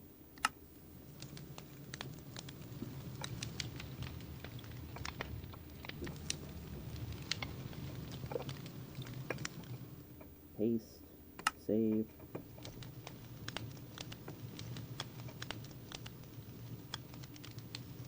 Play. Both fishermen thought the individuals... No. Delaware River Journal. An accidental discovery made by two fishermen has sent shockwaves across the nation. Around 4 p.m. on Christmas Eve, Ralph Grassman and Michael Tillman were reeling in their last batch of catfish when something on the ice caught their eye. It looked like a bicorn, one of those hats from way back when, said Grassman, the others of the two who also organized the trip. Grassman walked down the ice to retrieve the hat. When he pulled back the hat from the ice, he tumbled back in shock at the sight of a human scalp, partially exposed in the ice. Tillman walked over and after a brief discussion with Grassman, agreed to remove the rest of the body from the ice. The effort took several hours, but by 10 p.m. the fishermen were able to pull the entire body from the ice with no further damage. Although both men had presumed that the individual was already dead for some time, Tim exclaimed in shock when he reportedly saw the individual's eyelid twitch. Grassman suggested to immediately take the body home in an attempt to revive the frozen man. They proceeded to carry it back to Grassman's apartment. They laid the body in a full bathtub, gradually raising the water's temperature throughout the night to prevent shock. Grassman claims to have learned this technique from a pulp magazine he had read as a child.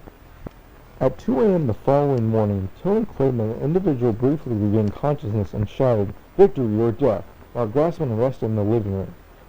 By 7 a.m., the frozen individual appeared to have relapsed into a deep coma, which prompted Grossman to phone the local authorities. And that's why he hadn't called medical personnel earlier. Grossman told reporters that he didn't want to risk the lives of the first responders, who had been driving on slippery roads in the dark. Shortly after being phoned, paramedics arrived and rushed the frozen man to the Delaware State Hospital. Throughout their experience, both fishermen thought the individual's face seemed vaguely familiar. It was only when Tillman pulled out a dollar bill that the connection was fully made. When we first dug him out, we moved his clothes so that we could carry him more easily. Clothes weighed a ton because they were completely frozen over. By bet, if we saw the clothes without ice, then we could have no doubts that we dug out George Washington. What? Although Delaware State Hospital has declined to comment on the identity and the condition of the man, Grossman brought the bicone hat from the previous day to the Delaware History Museum, where historians confirmed to be an authentic piece from the 18th century. The validation raised more questions than answers, as further research revealed that no Washington reenactors or artifacts have been reported missing. Grossman believes that the man he dug out from the ice is the true George Washington, and that the former president had become gravely ill while crossing the Delaware River. Grossman claims that the imminent death of Washington could have been devastating to the war effort, so his condition was likely kept secret by having a double acting as the president until 1797. When asked for an explanation to why the body had been found so far from the site of the battle, Grossman replied, "He either drifted away or his men purposely planted it far away so that no one could find it." During Saturday's morning press conference, President Dean shared his thoughts on the discovery in 2 words: "I'm surprised."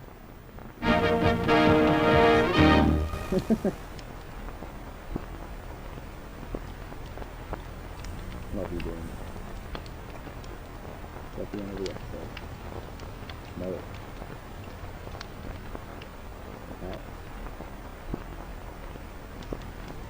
That is a long time to get dead.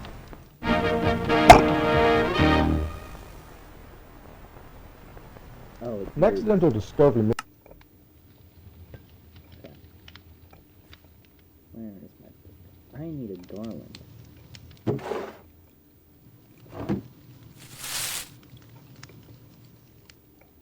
Now, I look pretty, and I'm not going insane. Okay, episode 10. That looks a little strange to me for a second there, so I kind of... Copy. Do I sound good, by the way? Can you guys, like, understand what I'm saying?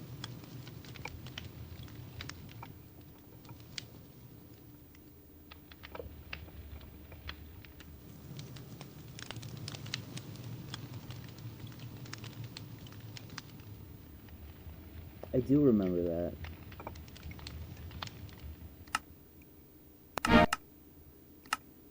That was a wild time.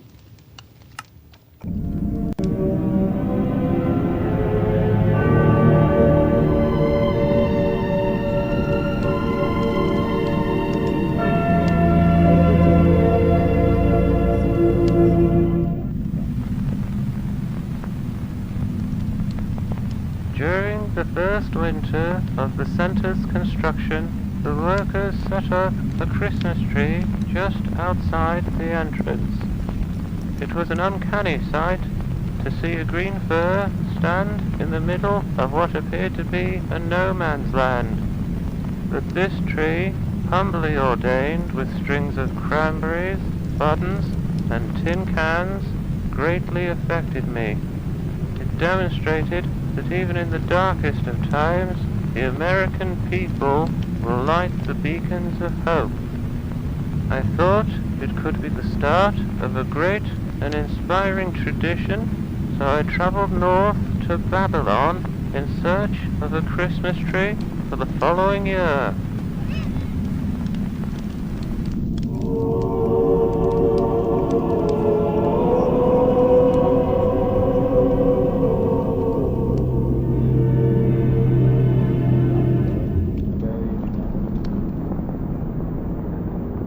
For 12 days and 12 nights, Mr. Rockefeller looked for the best tree in the forest. How about this one, Mr. Rockefeller? No, it's much too short.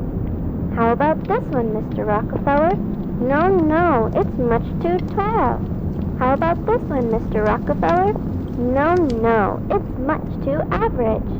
Mr. Rockefeller soon feared that he would leave empty-handed. Then, on the 12th night, just as he was packing up his stuff, Mr. Rockefeller heard the sweetest tune in the air. It sounded as though the very wind itself had fallen in love. He and his men followed the song and found themselves at the base of a very, very special tree. How about this one, Mr. Rockefeller? It's perfect. For the rest of the night, the men swung their axes at the special tree. Chop, chop, chop. However, when the sun rose, the tree was still standing. Their axes had left no marks at all. Mr. Rockefeller was surprised. The next day, Mr. Rockefeller and his men laid 100 sticks of dynamite around the tree. 3, 2, 1, boom! Yet, the special tree continued to stand. Mr. Rockefeller was surprised. So Mr. Rockefeller decided to hire the best team of grave diggers to take the tree out of the ground. After a week of digging, they told Mr. Rockefeller, the tree will be out in 3 years at this rate. Mr. Rockefeller was surprised, but he decided to let the grave diggers work. He would pick the next 3 best trees for the next 3 Christmases. But by the 4th year, the special tree was ready to display.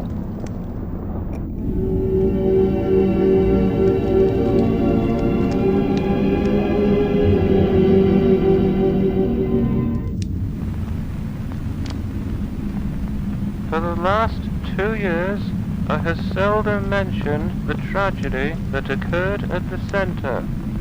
Many have taken offense at my silence, claiming it to be the result of a desensitization to workplace accidents. Indeed, I have seen enough accidents in 3 lifetimes, but nothing could have prepared me for what happened at the center. For some time now, my friends have blamed the center's original construction workers for the tragedy, since it was their very own Christmas tree that had started the whole tradition. But the truth is that their tree brought joy and wonder to the public. It was my tree, and my tree alone, that brought about the unprecedented loss.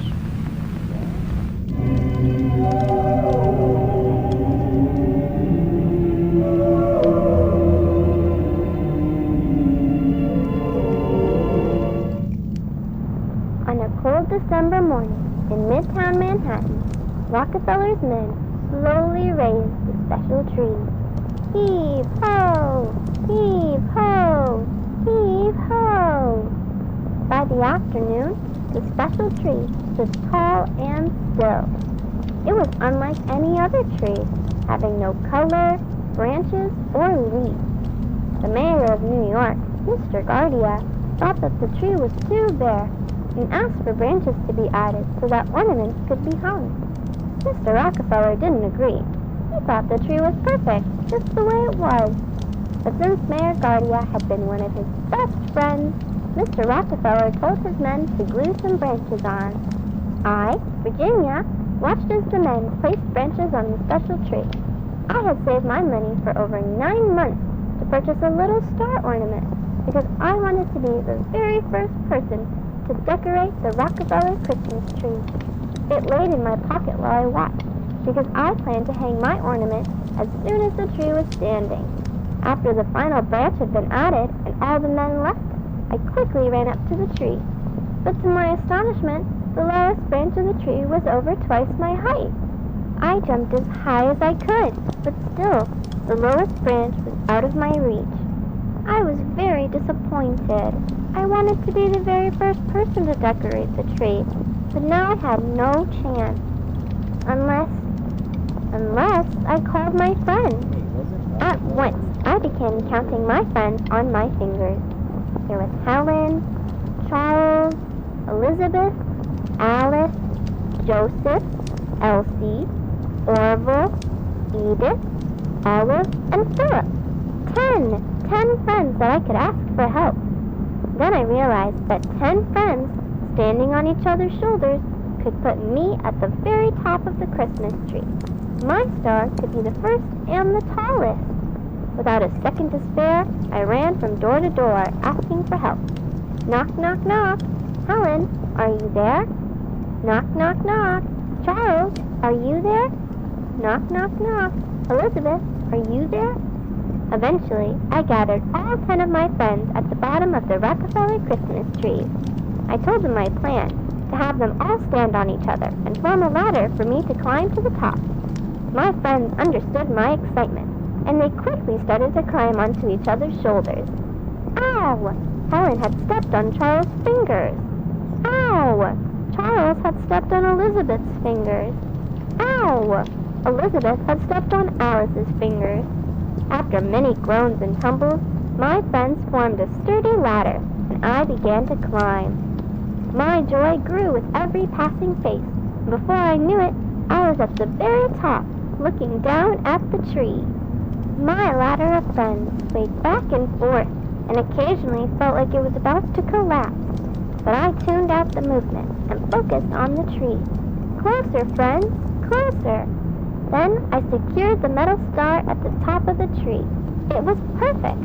Hooray! Victory! I'm the first! Just then, there was a strange sound. The tree began to shake. Its glued branches fell off all at once, and the entire tree slowly bent backwards. Soon, the very top of it touched the ground, forming a perfect arc. It was like a very strange rainbow. My heart sank as I saw my star gently slide to the ground from the tree's top. Bolts of lightning then shot out from inside the arc of the tree, producing thunderous booms. The lightning scared my friends and me. We all tumbled to the ground and ran in all directions, but the lightning caught up to us. I was blinded by a great white light. I remember when my eyes adjusted, I was in a field of special trees, and I saw... In a flash, I returned to the street where my friends and I had been struck by the lightning. We were all on the ground, being attended to by other people. I had scratched my legs badly, and I could see that my friends were also hurt. I looked up at the Rockefeller buildings, and I thought that they looked a little different. The whole street looked a little different, and the special tree was nowhere in sight.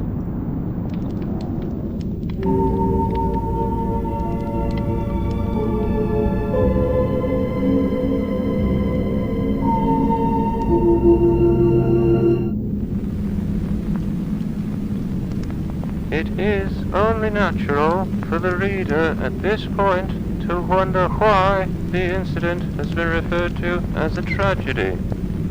There had been no loss of life, and, aside from a few temporary scorch marks on the center, no damage to the surrounding property.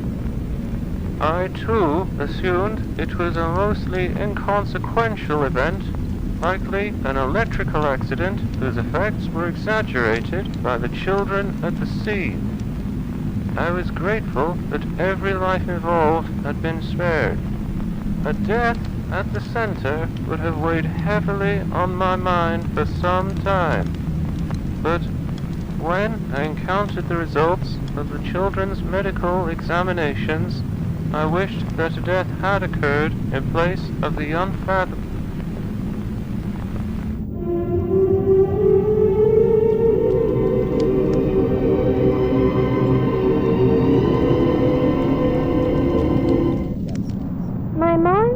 Visited me at the hospital, but they looked completely different.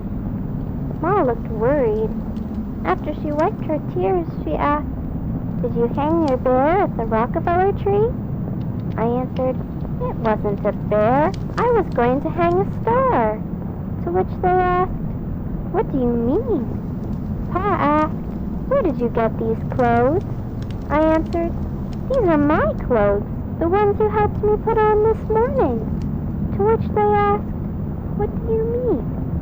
My ma then asked, "Why are there dots all over your face?" I answered, "Those are my freckles. I've had them since I was little." To which they asked, "What do you mean?" My parents quietly left my bed and talked to my friend's parents. Then they all started to cry and yell. The nurses made them leave, which made me feel better.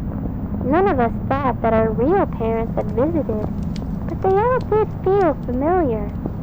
Orville and Philip were especially shaken. They didn't even share the same last name with their parents. The nurses tried to convince us that those who had visited us were our parents, and that we would come around to properly greet them after we healed. But it was hard to believe. Whenever I looked out the window, I saw that Manhattan looked different from memory. Mr. Rockefeller himself was kind enough to visit us in the hospital. He asked us whether we were okay, and then after some time, he and the nurses began to ask us some very easy questions about American history. With every reply, they would chuckle and shake their heads, until I told Mr. Rockefeller who I thought he was. He chuckled at first, and then became silent, as if the simple fact had deeply affected him. He had asked all my friends a few more questions about himself, and with each answer, he seemed a little more scared. Mr. Rockefeller quietly stood with the nurses for a while, before he wished us a Merry Christmas and left. That evening, the nurses took x-rays of us to make sure we hadn't broken our ribs. Usually, those taking the x-rays are more than happy to show their patients what the pictures looked like. But when I asked to see them, the nurses ignored me. I didn't fall asleep that night. I kept my ear close to the wall to hear what the nurses were saying next door. I heard one sentence over and over. "Everything's backwards." I wonder what they meant by that. I never told my friends, because I didn't want to scare them. But I spent the rest of the night with my hand to my chest, wondering if my heart was ever on the right side.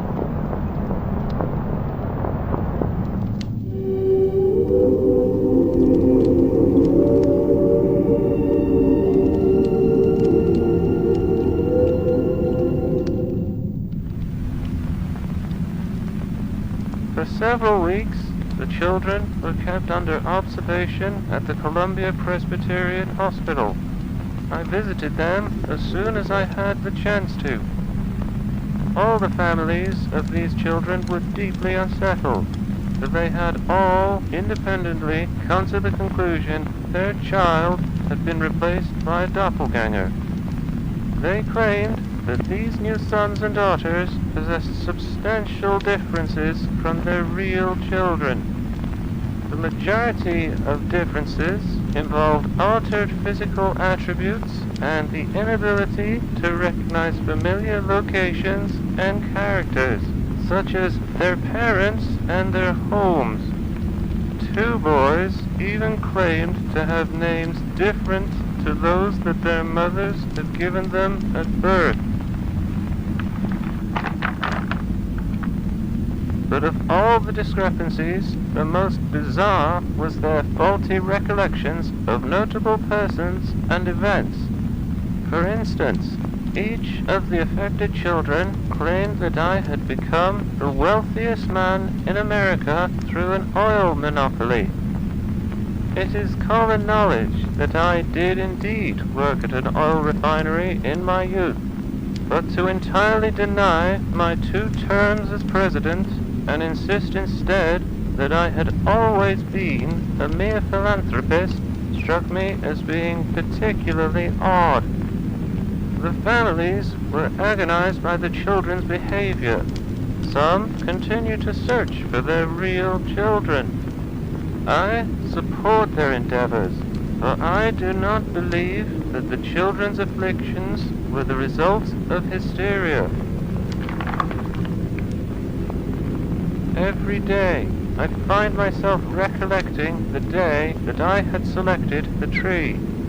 I have since realized the difficulties involved in the removal of it should have repeatedly discouraged me. And had I been discouraged, the families of those children would not be experiencing the anguish that they currently have. Perhaps I never had the opportunity to select another tree. Perhaps I was meant to select that tree regardless of my persistent character. Perhaps we are all trolleys, forced to follow the path of the track to each of our destinations. I take solace in that thought. Or perhaps the tree chose me.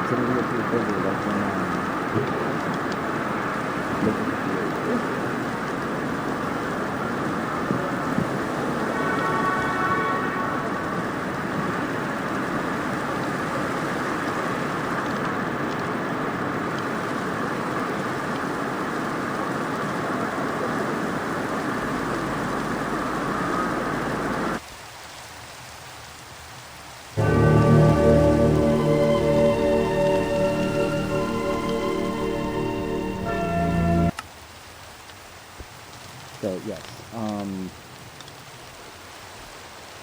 that is all we're gonna watch tonight because I don't think I could stay up any longer. So what the plan is, we are going to stop for tonight and pick up another night, possibly with this playing on stream while I just play Minecraft instead of sitting in a room, because I think that's far less entertaining than, yeah, anyway. We are definitely going to go through the rest of these. I'm going to separate these. The bottom is done, in progress, at the bottom. Alright. See you guys later.